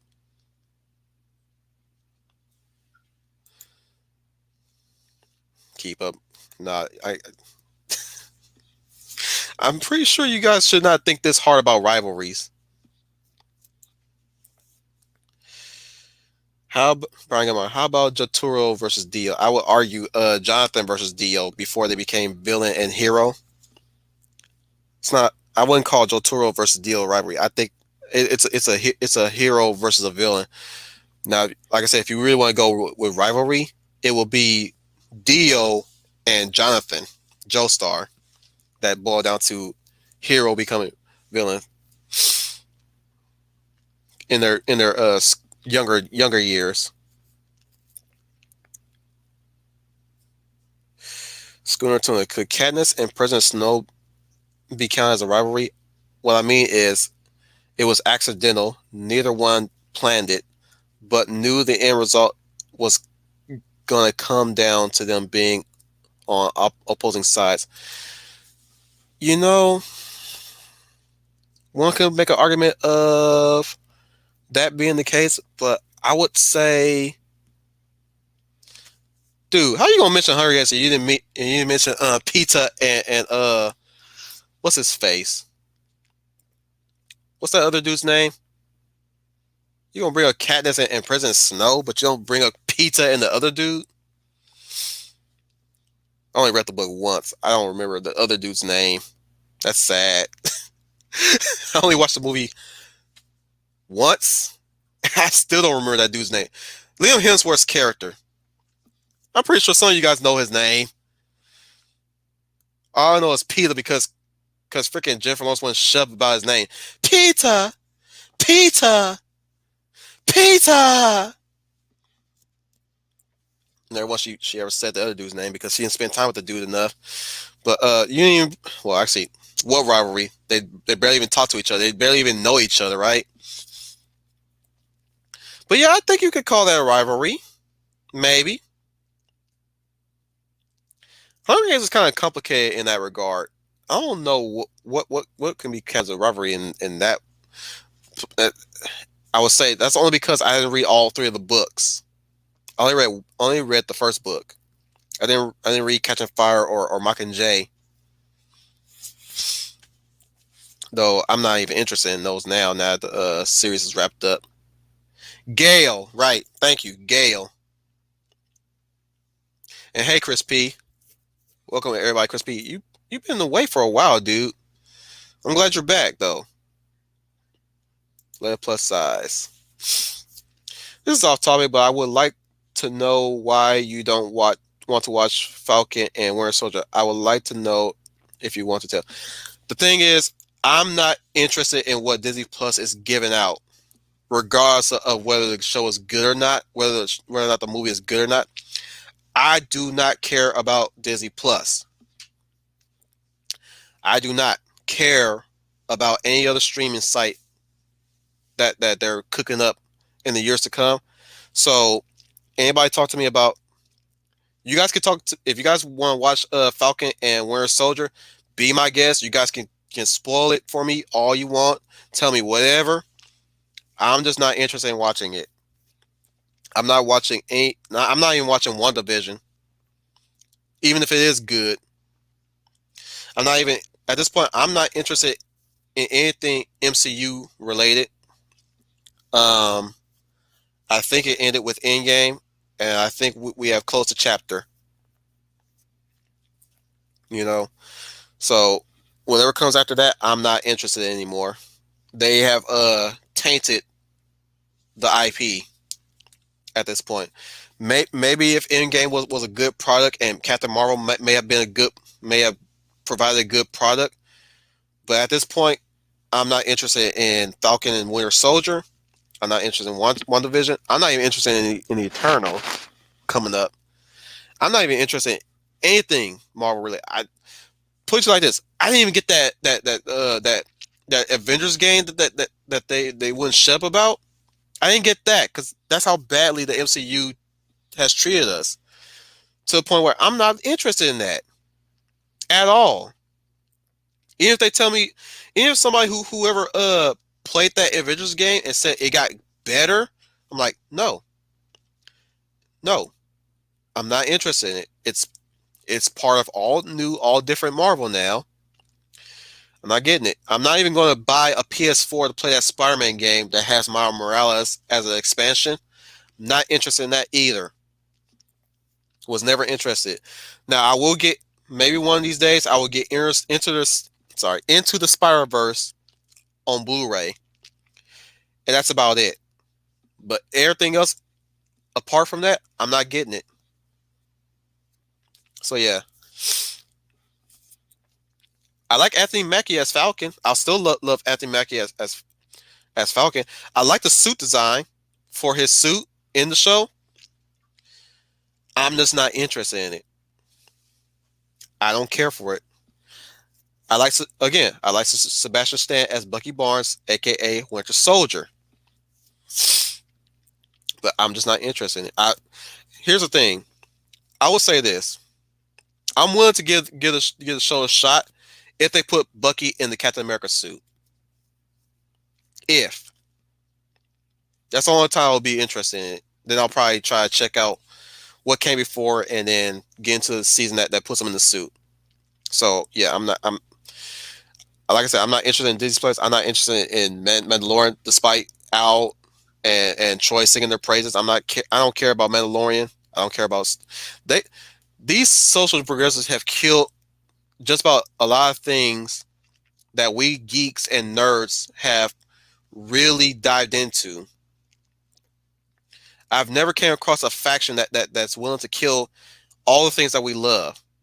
They're no better than the parents that told us that we're wasting our time reading this stuff, watching this stuff, yet they watch stuff that they're fans of, which is funny. But these this faction is way worse than our parents that told us to stop playing video games, to stop reading comic books, to stop playing with toys, to grow up. Which we did grow up. We grew up on the same wavelength that we choose to grow up. How we chose to grow up. Now we grew up through the way of how our parents pushed us to uplift us, to really encourage us to go out and take risks. But we know that we turn to geek stuff to escape and relax. But these guys don't care about this stuff. And as a matter of fact, our parents, though they didn't see that they didn't care that much, they cared about it when it became a movie, when it became a cartoon, when it became a TV series. Then they started organically getting into it like we did as children. But none of these guys have at all. None of them. So yeah, I wouldn't say comics is dead or any of our geekdom is dead, but it's cancerous for them to come in there and affect it and taint it the way they done. And that's why I said I encourage everybody, you guys, if you guys got an idea, get it out there. That's how it's ever going to stay alive.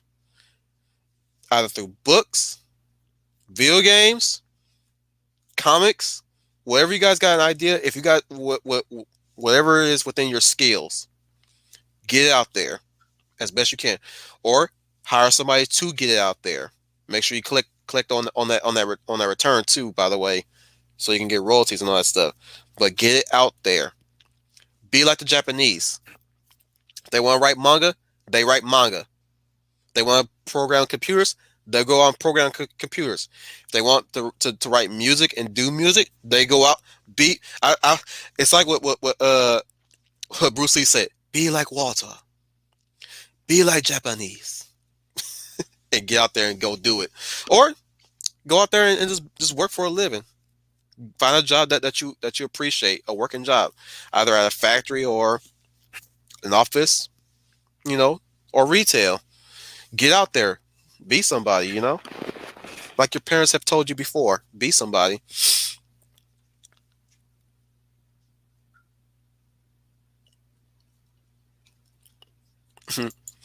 Leia plus size.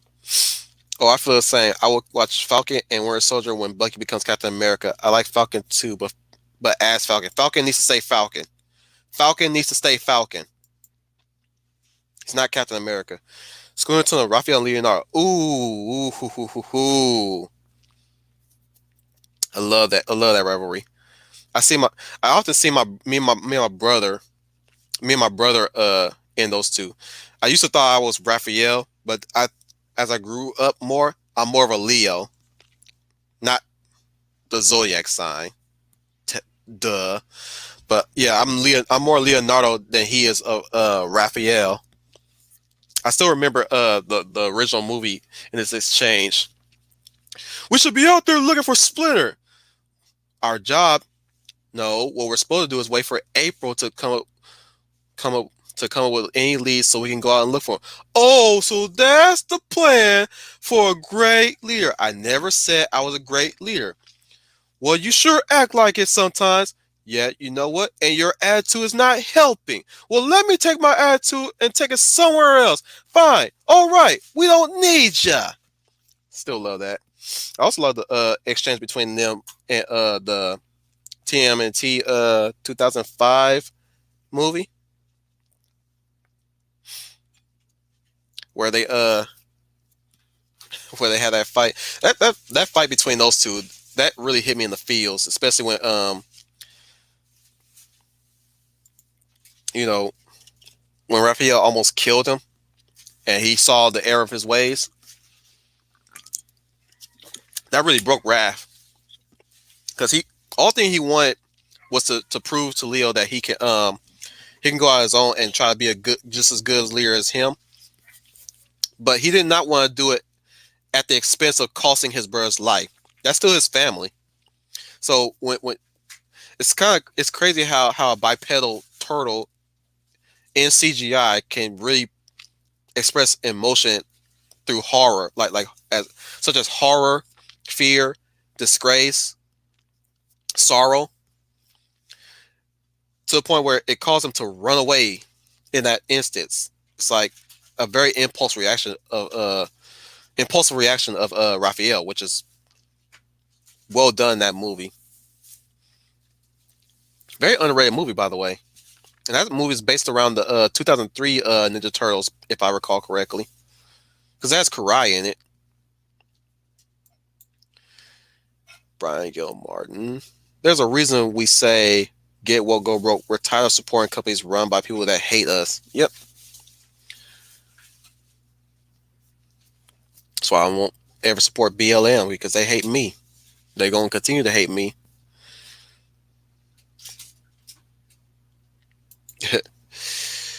Leia plus size. I agree. Disney Plus has murdered a lot of our favorite heroes, movies, comics. Agreed. Preach on. Schooner.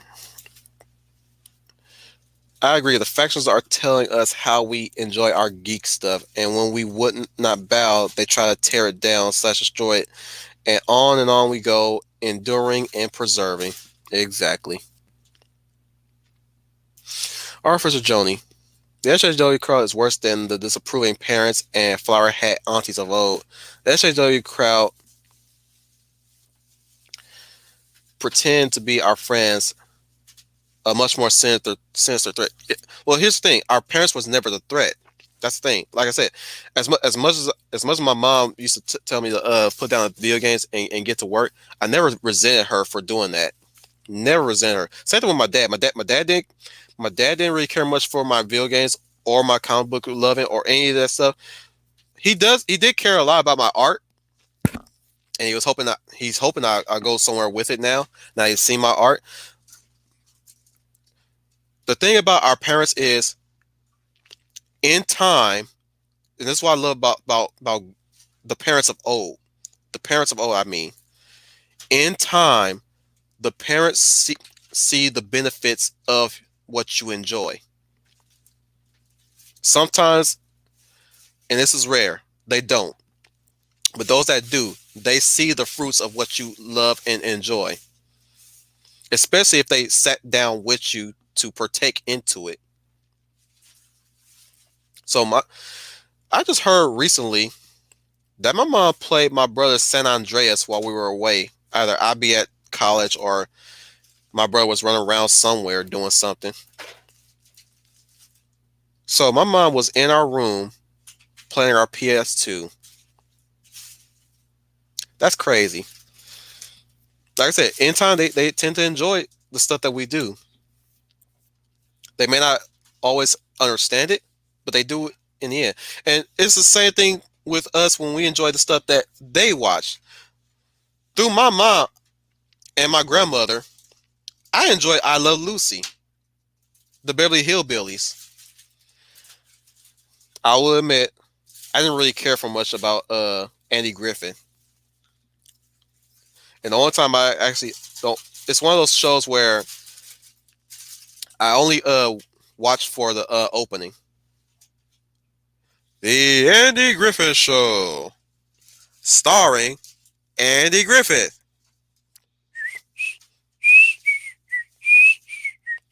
That's the only that. And I used to wait for the show to end because I don't pay attention to it that much. I always wait for the show to end because at the end of the day, you hear that whistle again. I was more of a Beverly Hillbillies man growing up. Sometimes I enjoyed the talk shows that my mom liked to watch.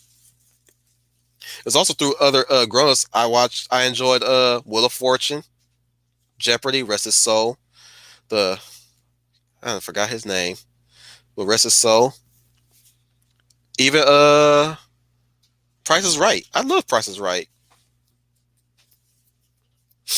But yeah, like I guess you could say we were rivals towards our parents too, in a way. We had sort of a rivalry with our parents. And sometimes we come out the better for it, sometimes we come out the worse. Take your pick if you like. But yeah, you can say real life imitates art too, in a way. Guess we're coming down to the comments now. Let's go with Brian Gilmartin's comment here. Oh, so that's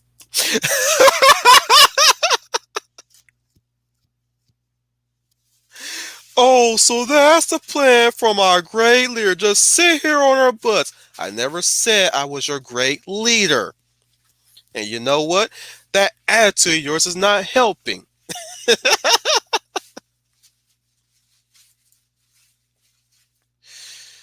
Matthew Flynn. Is Starfire and Raven and Spock and Dr. McCoy? Yep. Those are good rivalries. That also are good friends too. Like Starfire and Raven, they're good friends in their own right. If you count the OG anime Teen Titans, Raven has to guard her feelings because any show of emotion could potentially trigger Trigon. Or at least unleash Trigon, or at least unleash powers through Trigon. Massive powers, I mean. whereas Starfire's powers are activated through high emotions. That's where the contrast brings them together on, and they come to understand each other in that one episode where their bodies are switched, and Raven has to learn how to use emotion to activate powers, whereas Starfire is like activating emotion. Like, I'm surprised that Trigon was never released when Starfire was in Raven's body. She could have ended the world right then and there. But of course, Trigon had to come on a specific day to do that. But still, like man, like, given the nature of Raven, I'm surprised the world didn't end. Of course, Spock and Dr. McCoy. You know what? I gotta revisit OG Star Trek to really get my thoughts on Spock and McCoy. But they really bounce off each other too. Same thing with Spock and Kirk. And then there's who's a good rival to Picard and his, I guess you could say, Q. Maybe. Then there's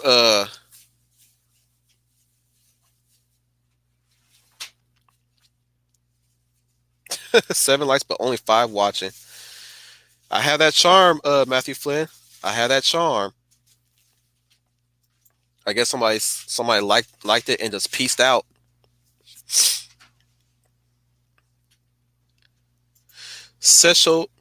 Cecil versus Kane in Final Fantasy IV. I didn't play enough of Final Fantasy IV to really get enough into their to the rivalry right there. But I'm going to allow that. There's also Tigra and Lion-O. You guys forgot about that. Or maybe you haven't gotten around to get into that. Tigra and Lion-O, specifically 2011 Thundercats. I'm going to get into that, but I want to read Joni's comment here. Flowerhead aunties is a directly translated Finnish idiom. They were a stereotypical religious censor, a bit lost in translation here. So typing on mobile sucks. Was also doing dishes.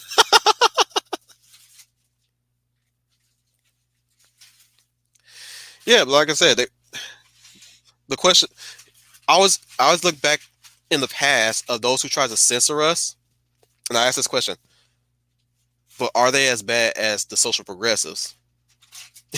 Were they as bad as social? That's what I say. Like back with the stereotypes, archetypes, and mouthpieces stream. I'm like, say what you will about the stereotypes way back when. They're not as bad as the stereotypes now. At least the stereotypes of way back when had personality. And I continue to look through that in most shows that I remember certain quote unquote. I'm at this point. I'm gonna put air quotes on stereotypes of the stereotypes of back then. You know what I'm saying? Grant, we do have the we did have negative portrayals. Don't get me wrong. I'm not ignoring the negative portrayals of the times way back when either. But we all know over time there were good portrayals of certain minorities and other groups. There were good portrayals. And a lot of the social progressives are intentionally ignoring those good portrayals because they want to hold on to a narrative that all stereotypes are just that bad. And I look at them like, and I question, but were they really that bad? Because at this point, I'm seeing them as a character first. You're just seeing them as an identity. And I have to take a page. I gotta take a note from Yennefer from the Witcher series, the live action Witcher series. She made a good point when she said that we're just things to them.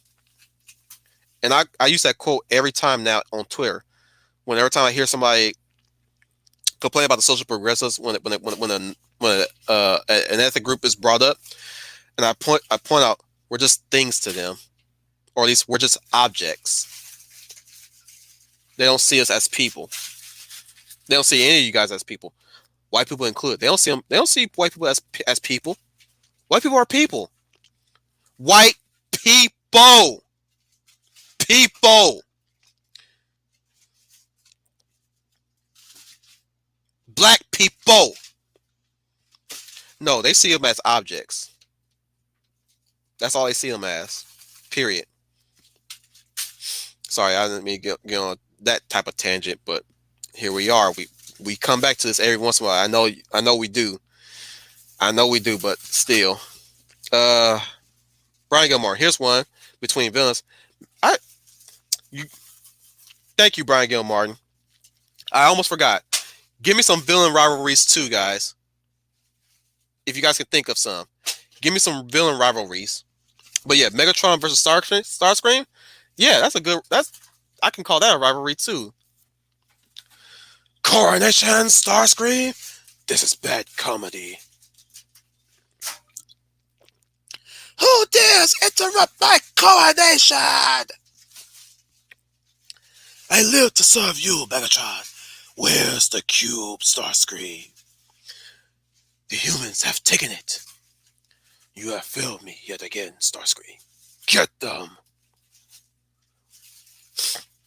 For a time before they became villain and hero, Megatron and Optimus Prime.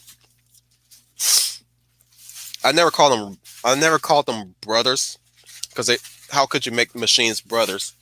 They might have treated each other like brothers, but I don't think they were in a sense blood related. But I always like the rivalry between Optimus Prime and I wouldn't really call it a rivalry at this point, but I'm pretty sure there was a certain rivalry between them before the Cybertronian Civil War happened. On Cybertron, I mean, before Optimus became a Prime and all that jazz. You can even say Grimlock and Optimus. Grimlock doesn't like Optimus that much. He never did, but he respected Optimus to a point.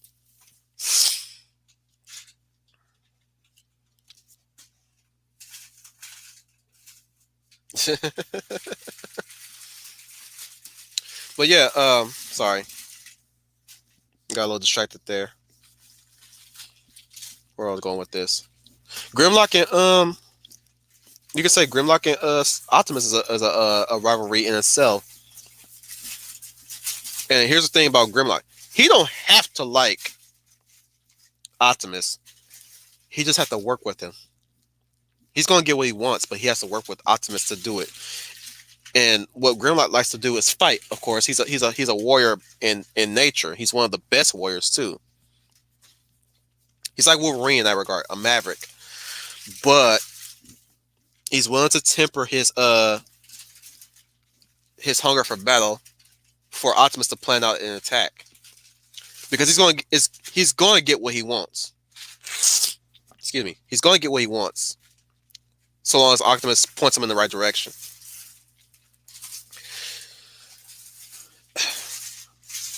Actually, you know what? Since we're going to talk about hero and villain, we're talking about Marvel MCU, and you guys never brought up Obadiah Stane and Tony Stark. And I'm pretty sure last time I checked, I promised Leia plus size a certain something. Listen here. We have the technology. It's right there. I just simply asked you to make it smaller. But sir, the technology is... Tony Stark made this in a cave with a bunch of scraps. But sir, I'm just not Tony Stark. There you go. That's my Jeff Bridges impression for you guys. Or how about this? The grid. I often wonder what it would look like inside the computers. Would there be freeways or motorcycles? I thought of a world within the system. And guess what? You got in. That's right, man. I got in. Burning. Burning. No, I can't. Who loves Tron Legacy, guys? Who really loves Tron Legacy? Show of hands. Radical, man. Sam, you're messing with my digital jazz, man. Kevin Flynn! Am I still the creator of the perfect system?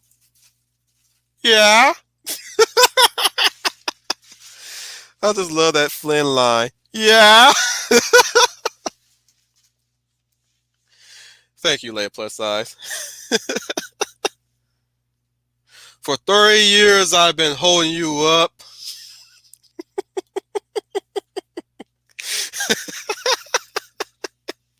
It was coming. It was coming.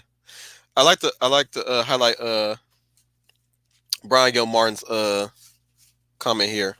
How about Zarkon versus Lotor and A's Voltron, especially the later episodes? Yep, that's a good rivalry too. Father and son, right? That's another good rivalry to write, guys. I didn't even talk about writing. Really good father and son rivalry is that the father is trying to hold on to his position as the head, whereas the son is trying to surpass the head. I don't want to hear no dirty jokes in the comments. By the way, y'all keep it. Y'all. I'm telling you right now, y'all better be less juvenile as I'm saying this. But head of the household, right? The son rivals the father for top dog sometimes. That's where that rivalry begins. When they become a certain age, where they challenge the father. The father accepts the challenge of the son. The son will never get around to defeating the father, but the son does their darnest to surpass their father. Either they go out of the nest to either make a name for themselves. Maybe in the years to come, the father wanes and probably lose everything, and the son has gained something, for better or worse. There's also rivalry between mother and daughter. As I'm trying to do a good job of explaining the rivalry between mother and daughter, because make no mistake, I don't know what your relationship between you and your mother is, Leia Plus Size. You don't have to tell me if you like, but I'm pretty sure you had some rivalry between you and your mother growing up.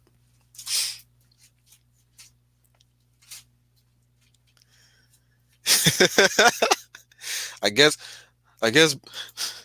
Fine, encore. Tony Stark was able to build this in a cave with a bunch of scraps. There's your encore.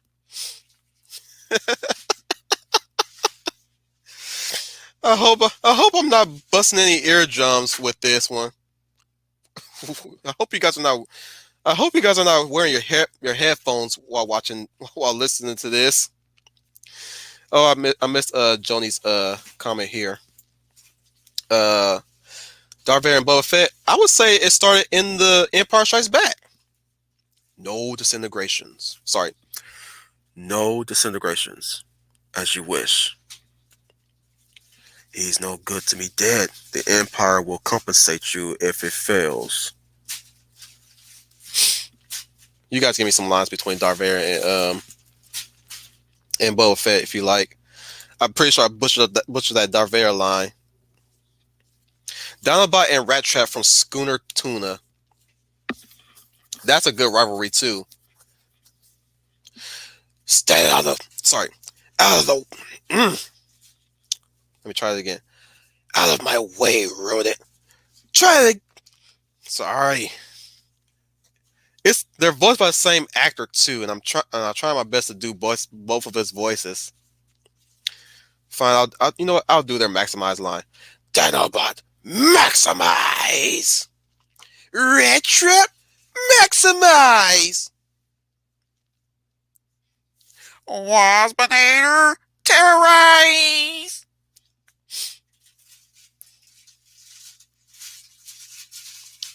I'll try to do a cheater voice, but I think my voice is hoarse by that point.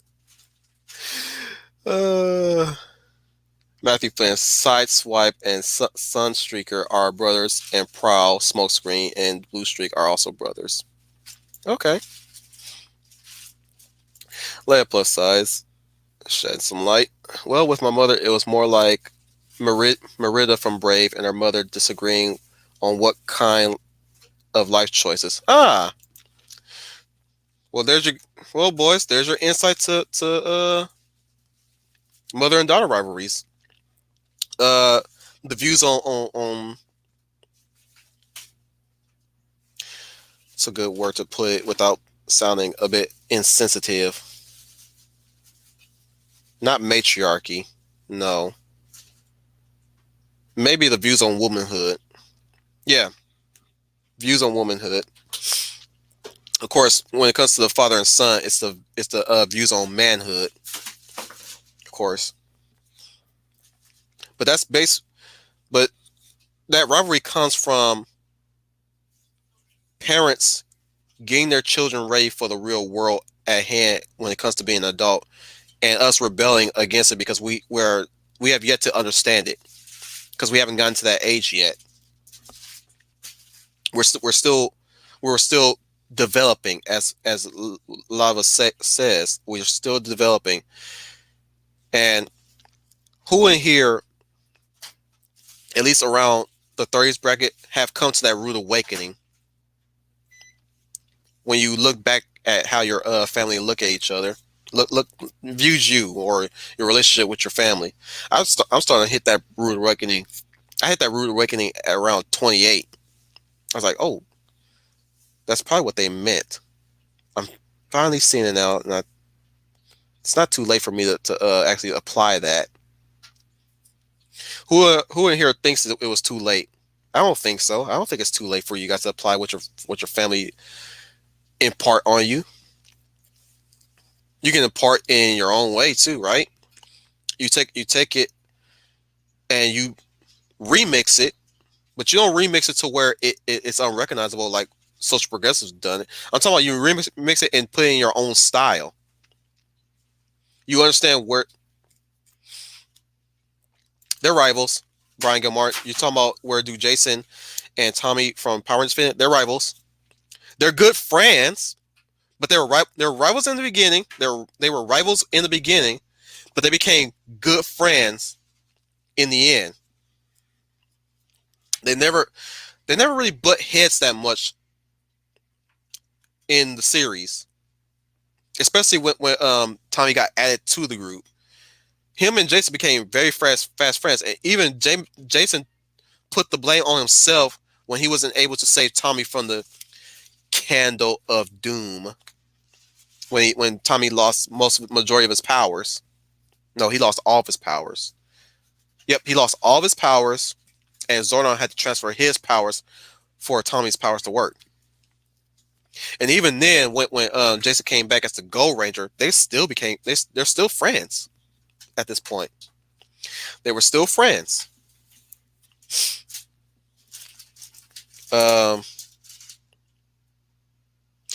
Here's an interesting rivalry. Wes and why am I blanking on his name now?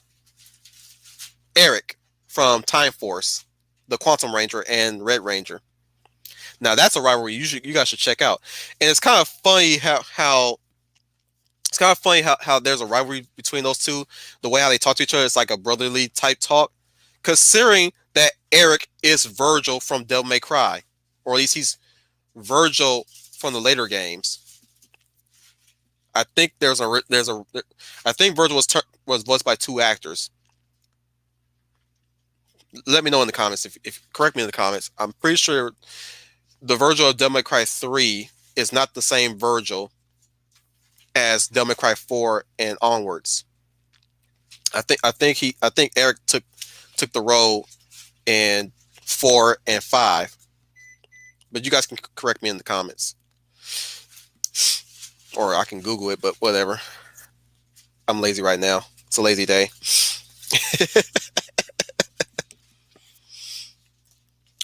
Oh, how you guys forgot about Sub-Zero and Scorpion? Come on, guys. You guys are not quick on the draw. Sub-Zero and Scorpion. I love the rivalries between Scorpion and Sub-Zero. I don't like it now in Mortal Kombat 11. Don't want it. Don't care for it. I like midweight Scorpion and Sub-Zero better.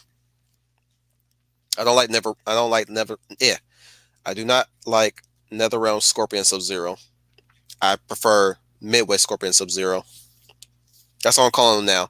Midway Scorpion Sub-Zero, NetherRealm Scorpion Sub-Zero. So there's two different ones. That's a good rivalry though. If anything, they've been fighting for ages, and I would like to see them work together too. You know, but that's a good rivalry. Guys gotta give me some video game ones too. Come on, give me some video game ones. Sorry,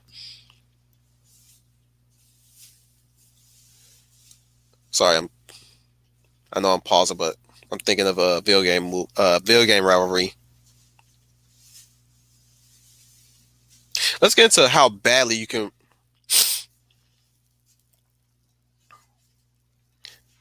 Brian Gilmartin.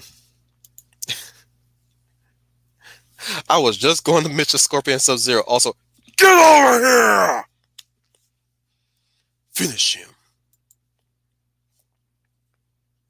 I haven't read the Marvel comic Transformers, but I will go with that Megatron Shockwave. I thought Shockwave was ever so loyal to Megatron. I guess he had some disagreement with Megatron too. Him and Soundwave.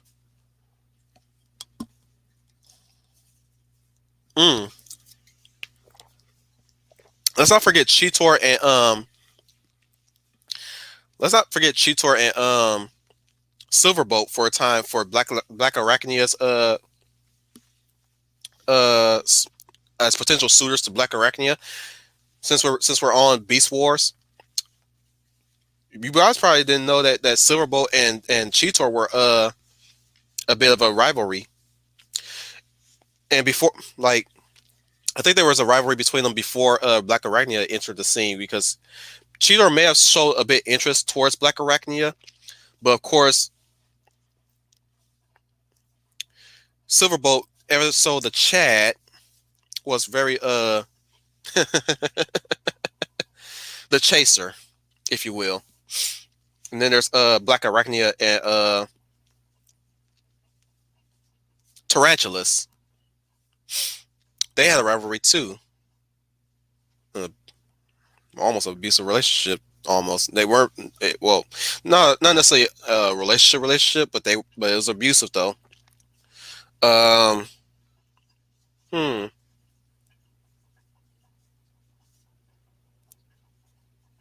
Hmm. There was also I think there was also Night Scream, I think his name was. The bat from Beast Machines.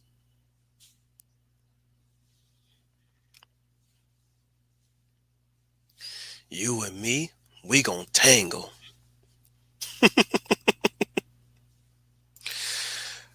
Quick strike. Oh, y'all don't talk about X-Men and y'all forget about the rivalry between Wolverine and Gambit. How y'all forget about that? Gambit and Wolverine in the '90s X-Men cartoon. That was a rivalry to be had. Y'all give me some Gambit lines again. I want to try to exercise my Gambit voice and my Wolverine voice. You know what? Speaking of Spider-Man, Flash Thompson and Peter Parker. See, we're stuck on superheroes, but what about the man outside the suit, the woman outside the suit? We oftentimes we forget that there are also regular human beings that are rivals with the man and the woman outside of the suit. Like you may have You have Peter Parker with Flash Thompson and Harry Osborn when it came to Mary Jane, and you have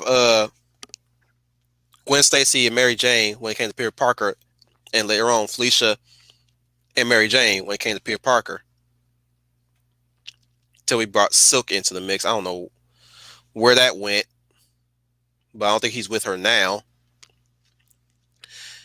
Also, there's Pepper Potts and whomever Tony's has been hitting on at the time. Jean Grey with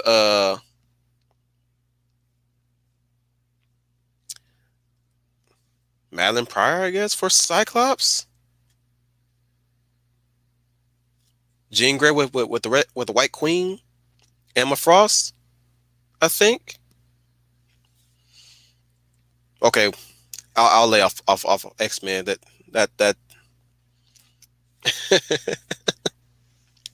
I'll lay off X-Men because that we all know X-Men got confusing over time. Oh, Bobby Drake, Key Pryor, and Peter Rasputin. Back when Bobby Drake was straight and not turning left and right and all over the place. Oh my. Time is the best comedy. You know that, guys? Time is the best comedian.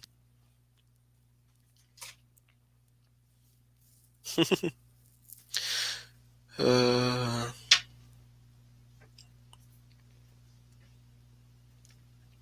guess you guys are exhausted. I'll keep talking. I'll go into my examples of what not to do in the rivalry. And I would like to pull up Twilight.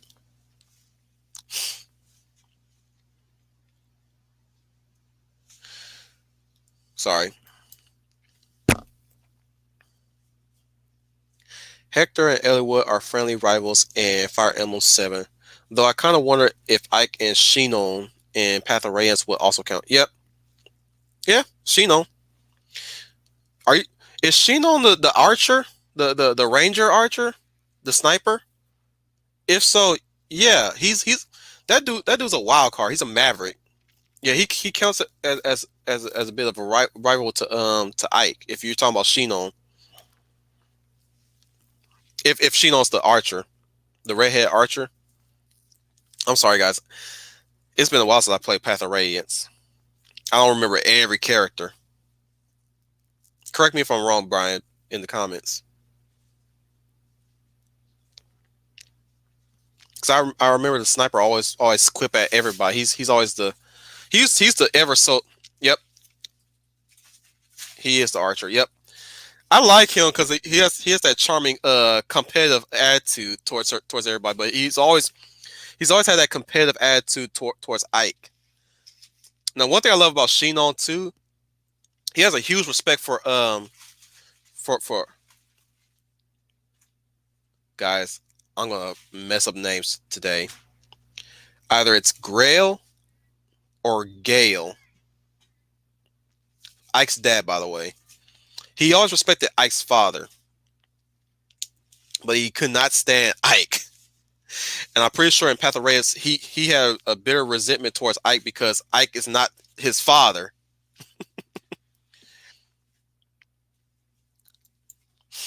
Matthew Flynn, not in the cartoon, but in the Marvel comics, Shockwave viewed himself as the logical choice as a Decepticon leader.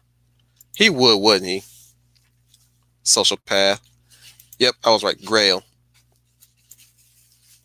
But yeah, Shinon. I'm pretty sure if I recall correctly, Shinon abandoned the mercenary group because Grail died, and Ike was not Grail, and he's not going to follow him, follow a fledgling leader like Ike. Which I get it, you know. I actually accidentally killed him because I couldn't really figure out who to use to talk him into joining our cause. Until I found out later on, you have to use his apprentice to talk some sense into him, and I couldn't find no way to get to him in time to really have him talk. or sometimes I keep forgetting that you before you even engage with them, you have to hit the talk button to get them to talk. So I always missed out on recruiting Shinon in the battlefield on that particular battlefield. Brian, I know you know what I'm talking about. And I hate that because I always wanted Shino on my team because he was the best. As much as I love his apprentice, he's cool.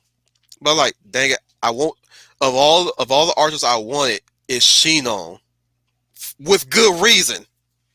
With good reason, Shino is the best. Any Fire Emblem fan will tell you Shino, you want Shino on your team.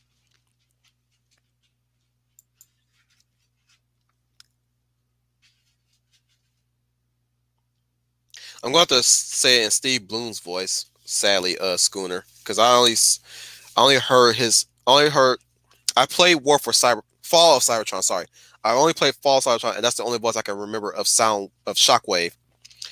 Shockwave, superior. Constructicons, inferior.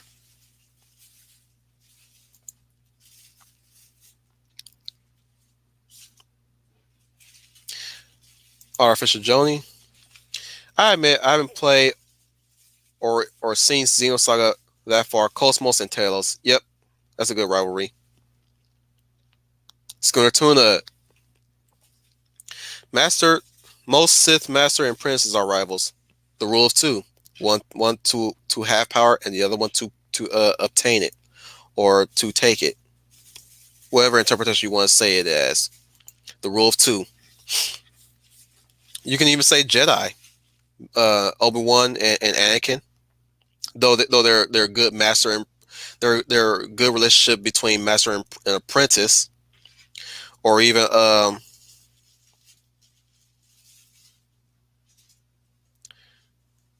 I'm sorry. I'm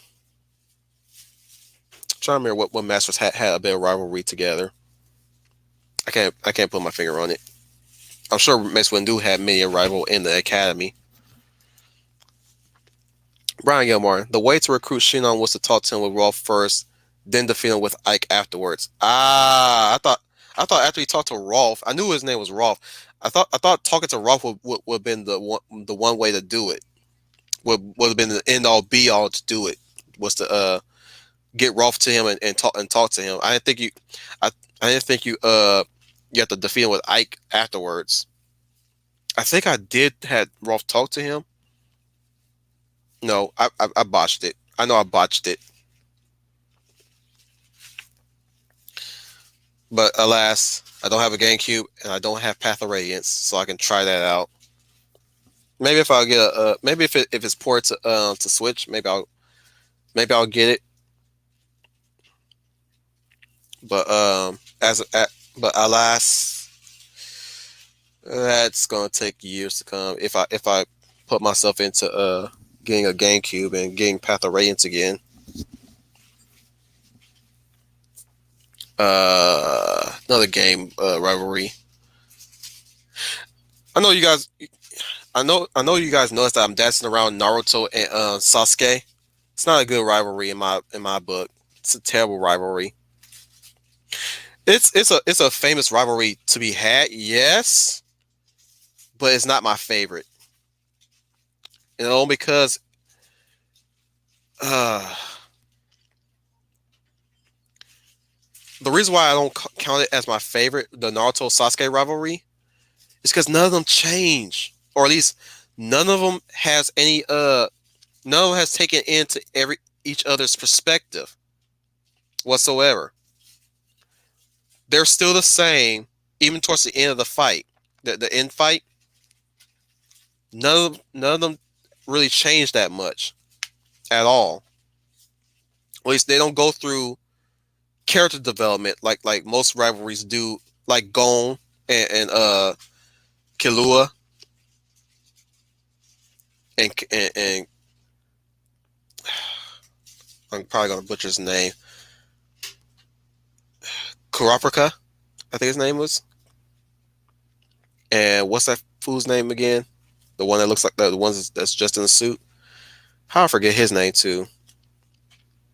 Or Alleluia and what's their face from Gundam Double Zero, or Chang Wu-Fei versus Trace Marquise.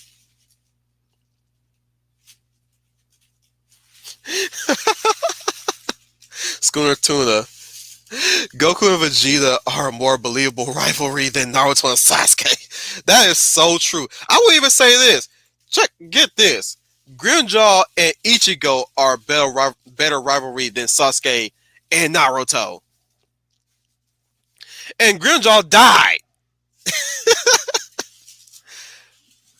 Or at least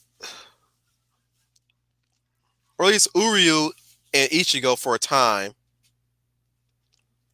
Then let's not forget Edward Elric and Roy Mustang from Fullmetal Alchemist, whichever version you like, either original or Brotherhood. Don't forget about those two. Schooner Tuna also mentioned Artemis and Wonder Woman is pretty good rivalry. Yep. Though they don't get much mileage like they used to. If they do, I wouldn't be able to point you in the right direction.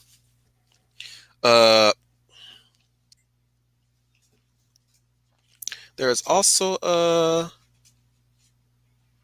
anime wise, there's also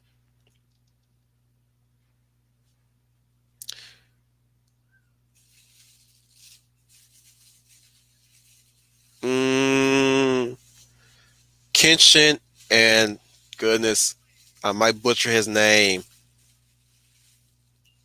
Either Samanosuke or Sano.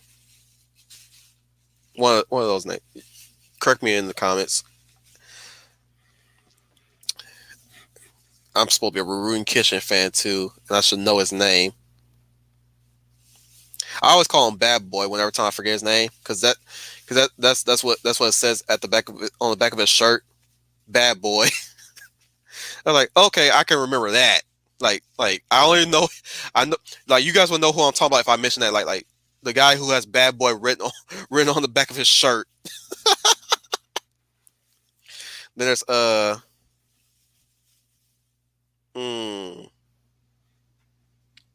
you guys can help me out in the comments, but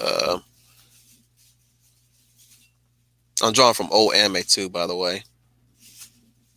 Ooh, there's ooh,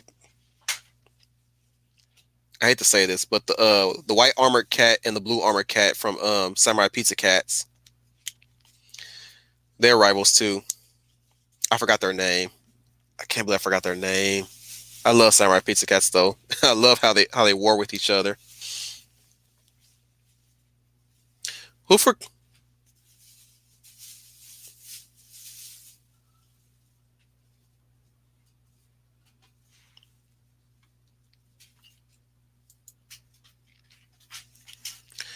Korn and Slanesh, Nurgle, and Zintich are classic rivals.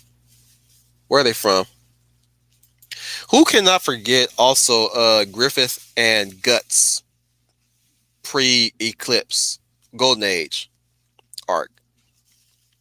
They're good friends, but they're also good rivals too. They start off as rivals for sure, but they became really kind of good friends. Fine, Brian. Bad boy, what you gonna do? What you gonna do when they come for you? Alucard and Paladin, yeah. Alucard and Paladin Alexander Anderson, yep. They're great rivals too. They do. Here's the thing. They respect each other through each other's abilities and skills. All they always want to look for is for an enemy worth killing or enemy that's able to kill them. 40K. I figured it was 40K when I read Slanesh, because I remember Slanesh being the elder god of lust, pleasure, and excuse me, lust and pleasure. Yeah, later on. But I'm saying, like, if you boil it Brian Gilmartin, if you boil it down to Golden Age, they were really good friends. Well, I would say they were working friends because of what I'm going by what Griffith said. I'm going by what Griffith said to Charlotte in the Golden Age.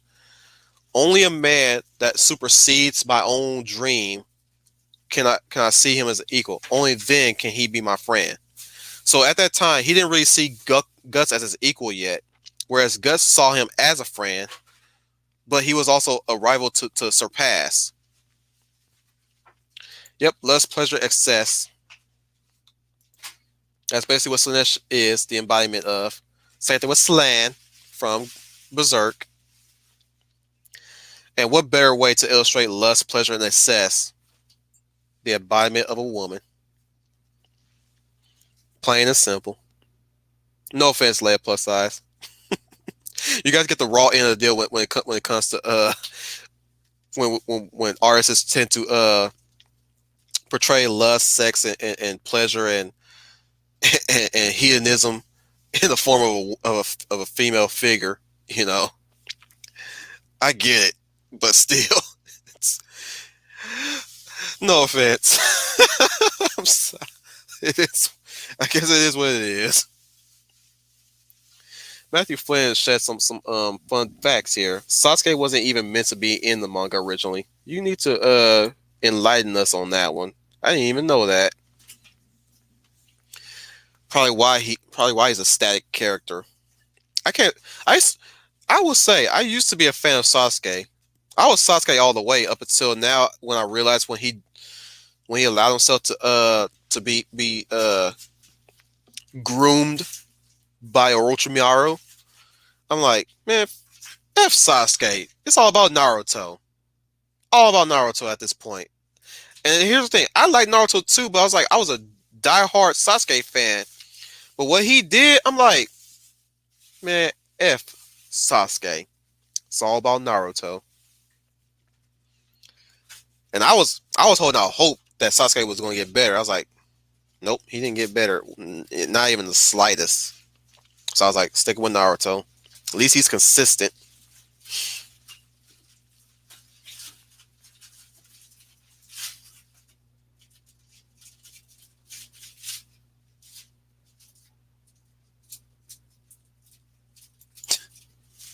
Guy Gardner and pretty much everyone in the Green Lantern Corps.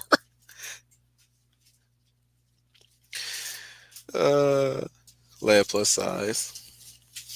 No offense taken. This is some pleasure in being fuller in shape or shapely woman.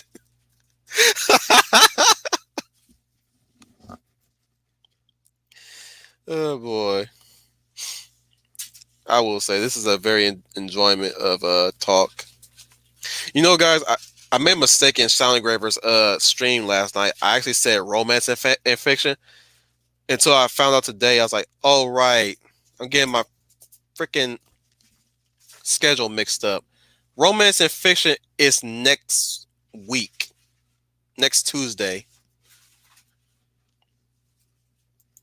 All right, Ryan Gilmartin's got something for me. We have arrived, and it's now that we will perform our charge in fealty to the God Emperor, and by the grace of his throne, I declare exterminatus upon the world of Typhon Imperius.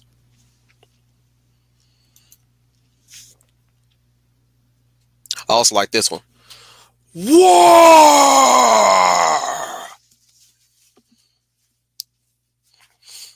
There you go. There's my orc impression. Ooh, how about Green Lantern and no, I wouldn't say Green Lantern and Wally West Flash as rivals per se. Or rather, Hawk Girl and Wonder Woman.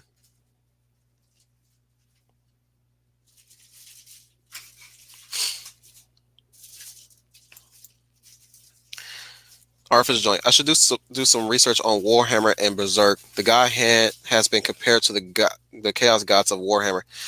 I argue that they're not anything. they're not comparable because the God hand are more abstract and causality, whereas the chaos gods are mostly about chaos. That's what they do. They once you go into the warp, you are afflicted by chaos, and once the chaos is spread, you have to destroy everything.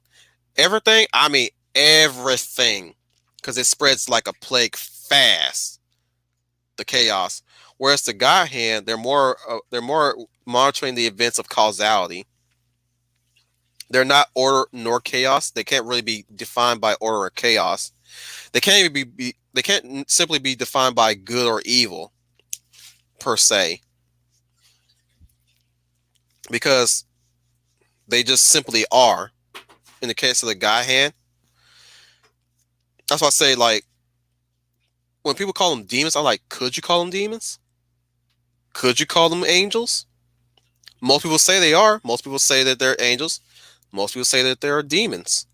But are they really? Another question is, could you call them evil? Is what I'm saying. They don't really grant. They do manipulate certain events. Sometimes they influence people, but do they have a plan for it? Do they have a goal for it? Is what I'm saying. I think they simply just do it just to do it. They just simply like Darkseid is, you know. So I as much as I would like to agree with people saying that the God hand are evil, I'm like, I can't really agree with that, because from what I've been seeing, the many times I watched the movies, the '94 anime, and up to the point, I still haven't gotten past the Eclipse arc yet. But what I know of the God hand through research, can you really call them evil? Can you really call them evil? Is the question I'm asking. Are there are their mechanizations evil in nature, especially if they monitor causality? They calculate the odds of things happening. They observe causality through the events of watching others. Grant, they do say a lot about themselves when they try to question you, when you say you're the ones responsible, but they ask you, are we, or has it always been inside of you this whole time? See, you can make the sacrifice if you want, but you can also choose not to make the sacrifice. It's easy for people to make the sacrifice when they're at their lowest point.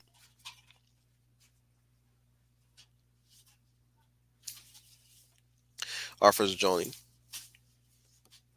I get it. One thing to remember about the chaos gods is that they are things of pure emotion. Exactly. So whatever emotion that there are, you can infer good or evil into them. Whereas the God hand is more of abstractness to their actions, more abstract concepts. It's like, can you call them evil for what they're doing? You're not going to call them good, of course, because people suffer for what they do. But can you call them evil if it's done by others? Like I said, they can manipulate events. They can push people towards that choice. But ultimately, who made that choice? The one who made the sacrifice, right? You can blame the guy hand for manipulating Griffith into possibly making the choice. But was it their doing that made him make that choice? That's the question. Could we really blame the guy hand for Griffith sacrificing the Band of the Hawk for his quote unquote dream? But yeah. Matthew Flynn. Sasuke was added because of editor suggestion. Of course. I will say this. Usually editors are right. Some editors are just wrong. And there's the ones that are out of touch with reality. And really now, I don't think there's going back to what's going on behind the scenes in Marvel and everywhere else that's pushing this woke message and everything. There's no editors in those industries anymore. I think the editors are gone in certain industries, the comic industry, basically in majority of the entertainment industry, there is no editor there. And I bet you if you ask one of these clowns, where's your editor? They'll probably ask you, what's an editor? If you hear that, I'm like, if you hear that, I'll say this: you need some editors. You either hire you some editors, or I'm shutting you down because you're not making money. Unless they do have editors, and the editors are on the woke brigade too. But I find that hard to believe. I really find that hard to believe because editors are supposed to improve, help your editors do two things: they either help you improve your work or help you sell your work to the crowd, to anybody who's willing to buy it. At least the art, the editor will make your it's there to make your work look good for the masses to eat up, and the marketer can market your stuff to where they take notice. But ultimately, you need an editor at some point, and I don't. And I think I'm under suspicion that all the editors got fired. I'm under the suspicion that over at Marvel, why it went the way it went, I think a lot of editors have been fired.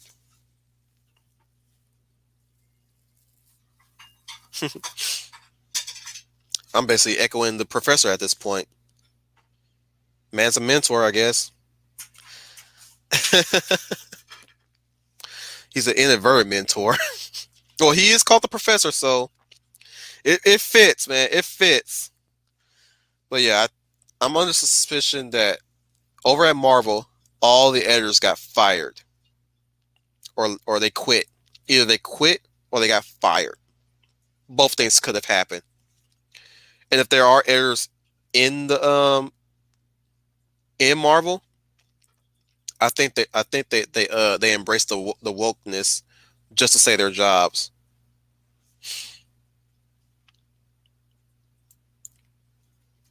Schooner Tuna, with the guy hand, I had never considered that a possibility. What if they aren't evil slash bad? And what if the Skull Knight isn't so much a rival to them, but a guardian to Guts?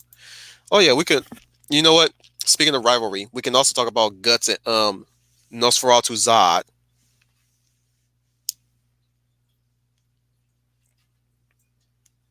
Yep, I'm gonna get into that comment real quick. But yeah, Zod and Guts. Majority of the time, Zod and Guts are interrupted by circumstances. They never complete their fight yet, and I'm hoping that Miura. I'm hoping that Miura concludes that rivalry between Guts and Zod. I really want to see who comes out on top, or how Zod is gonna either meet his end, or how Zod is going to change as the manga continues, because the manga has continued at this point now. It's continued, but I'm really interested on seeing where Zod's going to go, because at this point nobody hasn't really challenged him or wounded him except for Griffith when he came back as the Millennium Falcon, or at least the Hawk of Light.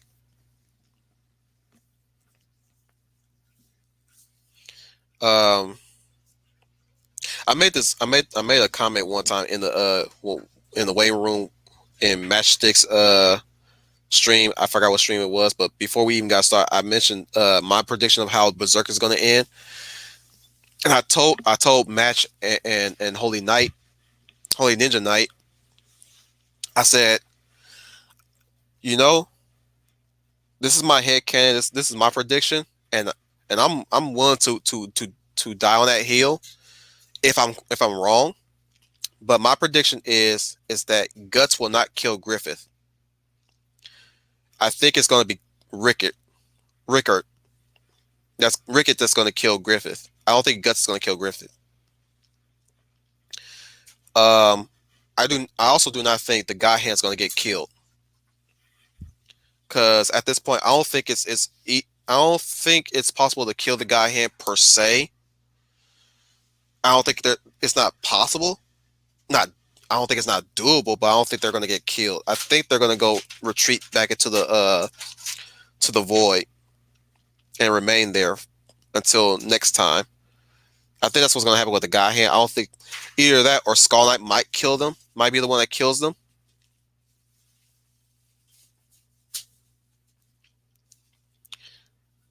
I just know Griffith will die, but I don't think it's going to be by Guts hands. And I'll be okay. Here's the thing. I'll be okay with Rickard being the one to kill Griffith. Considering that Griffith allowed Rickard to slap him and not retaliate. But I think Rickard is going to be the one that kills Griffith. I know Guts will probably kill Zod if given the chance. I think that's what's going to happen. But I don't think Guts is going to be the one to kill Griffith because I would say Guts is more interested in helping Casca at this point. The revenge arc is done with Guts now. He wants to protect Casca. He's not on a manhunt for Griffith anymore.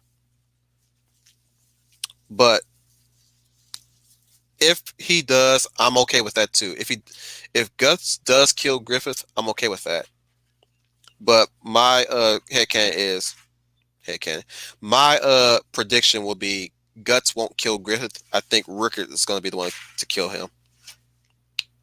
I would say Rickard will kill him while he's vulnerable.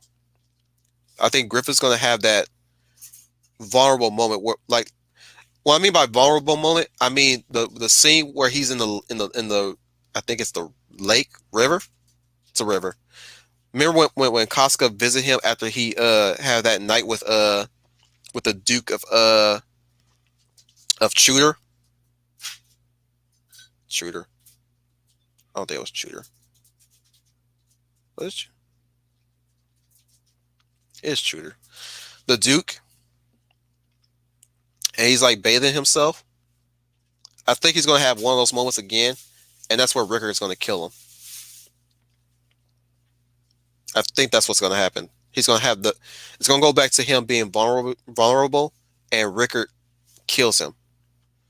I think what's gonna happen is, I'm pretty sure Guts already told Rickard that all the band of the Hulk is dead except for all three of those guys.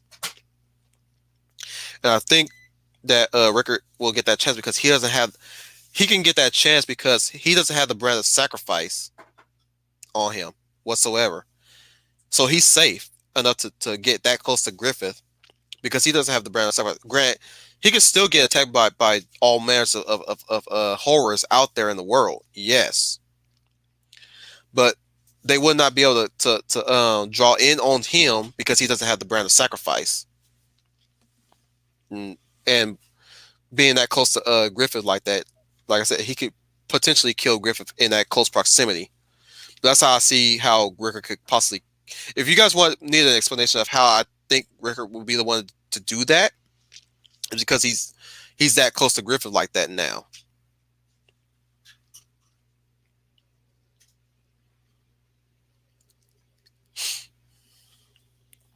But given what I said about the guy hand, that's my view towards the guy hand. You guys can think of the guy hand how you like because that's how Muir wrote them and everybody else. You can interpret the guy hand all you like. It's open air like that, how you interpret the guy hand. So if you want to see them as evil, have at it. I just don't think that they are. I just think they're more of wielders of causality. You can think of them as devils. Go ahead. I just don't think they're devils. You can think of them as angels. Go ahead. Maybe they are angels, but that's what I love about Miura's writing, is that you can think multiple ways of each and every character. Certain characters have a through line of how they operate, but there are layers to them too. Even the king of Midland, for as scummy as a person he has layers too. It's messed up layers, but he has layers. Even for a brief moment, you had his brother Lord Julius. For a brief moment, he had layer two. He's a father that's imparting wisdom on his son. Heavy wisdom, yes, and heavy methods of how he imparts that wisdom. But you get where he's coming from, though.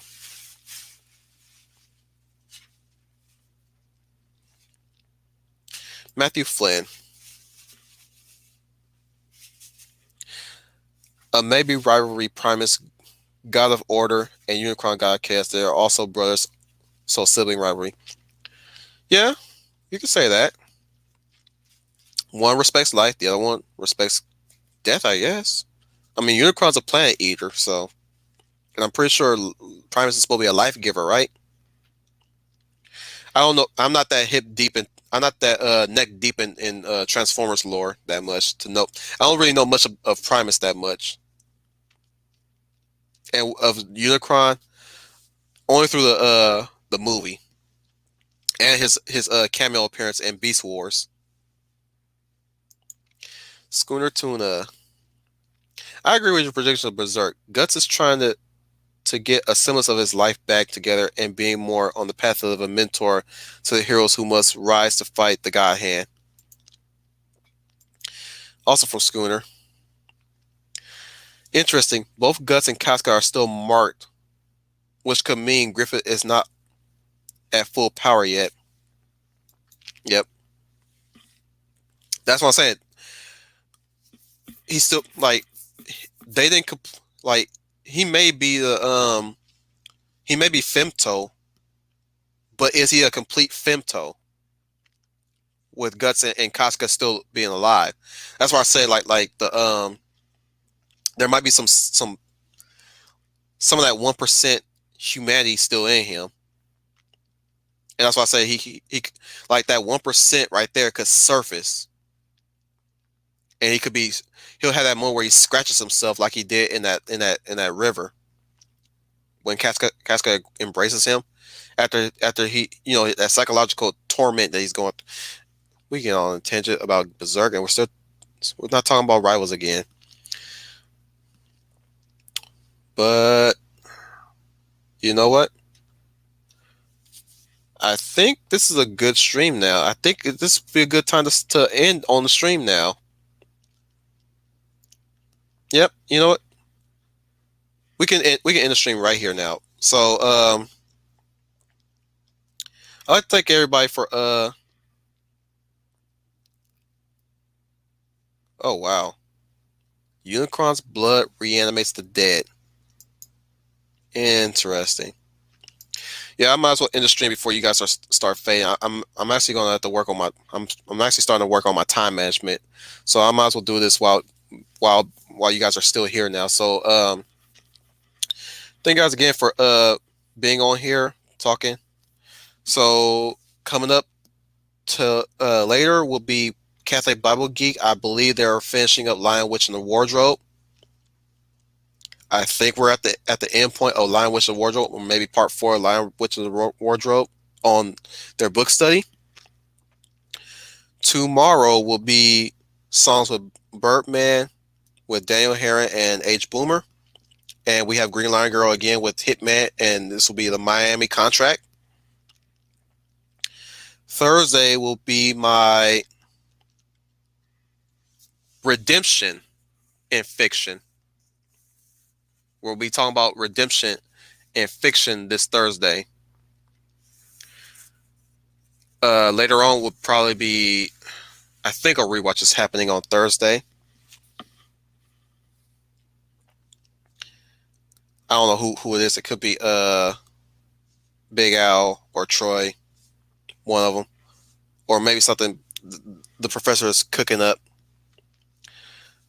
Friday, I'm pretty sure Fanman's got something going on. Maybe, probably not. I think Al's got something. I know. I think one of the Pacelli's. No, Pacelli's got holiday stuff going on the week after. Just so you guys know, as a reminder, something's going on Friday. I know that for a fact. Saturday, same deal. Something is most likely going on. I think it might be the professor this Saturday. Sunday, no rewatch on my part, guys. So hopefully I'll be there with you guys on study hall. Definitely study hall. Um, Later on will be me and Matchsticks. We watch. I forgot what it was. I'm wagering it might be a classic. It's definitely a classic. It's got to be a classic anime. We're hitting the classic anime again because we did Cowboy Bebop last Sunday, day before yesterday, of course. Monday will be Sound Engraver. Oh, hey there, Sound Engraver. Sound Engraver's Monday Muse. Please check that out for her topic. I loved her topic yesterday. Beautiful topic yesterday. Definitely a beautiful topic. Loved it. Check it at the back question for those who have not been to that stream yesterday. It was a very very well spoken, well thought out stream. So if you hear this Sound Engraver, if you manage to reach the end of this stream, chef's kiss on that stream. Chef's kiss on that stream. Beautifully done. Could never done it any better myself.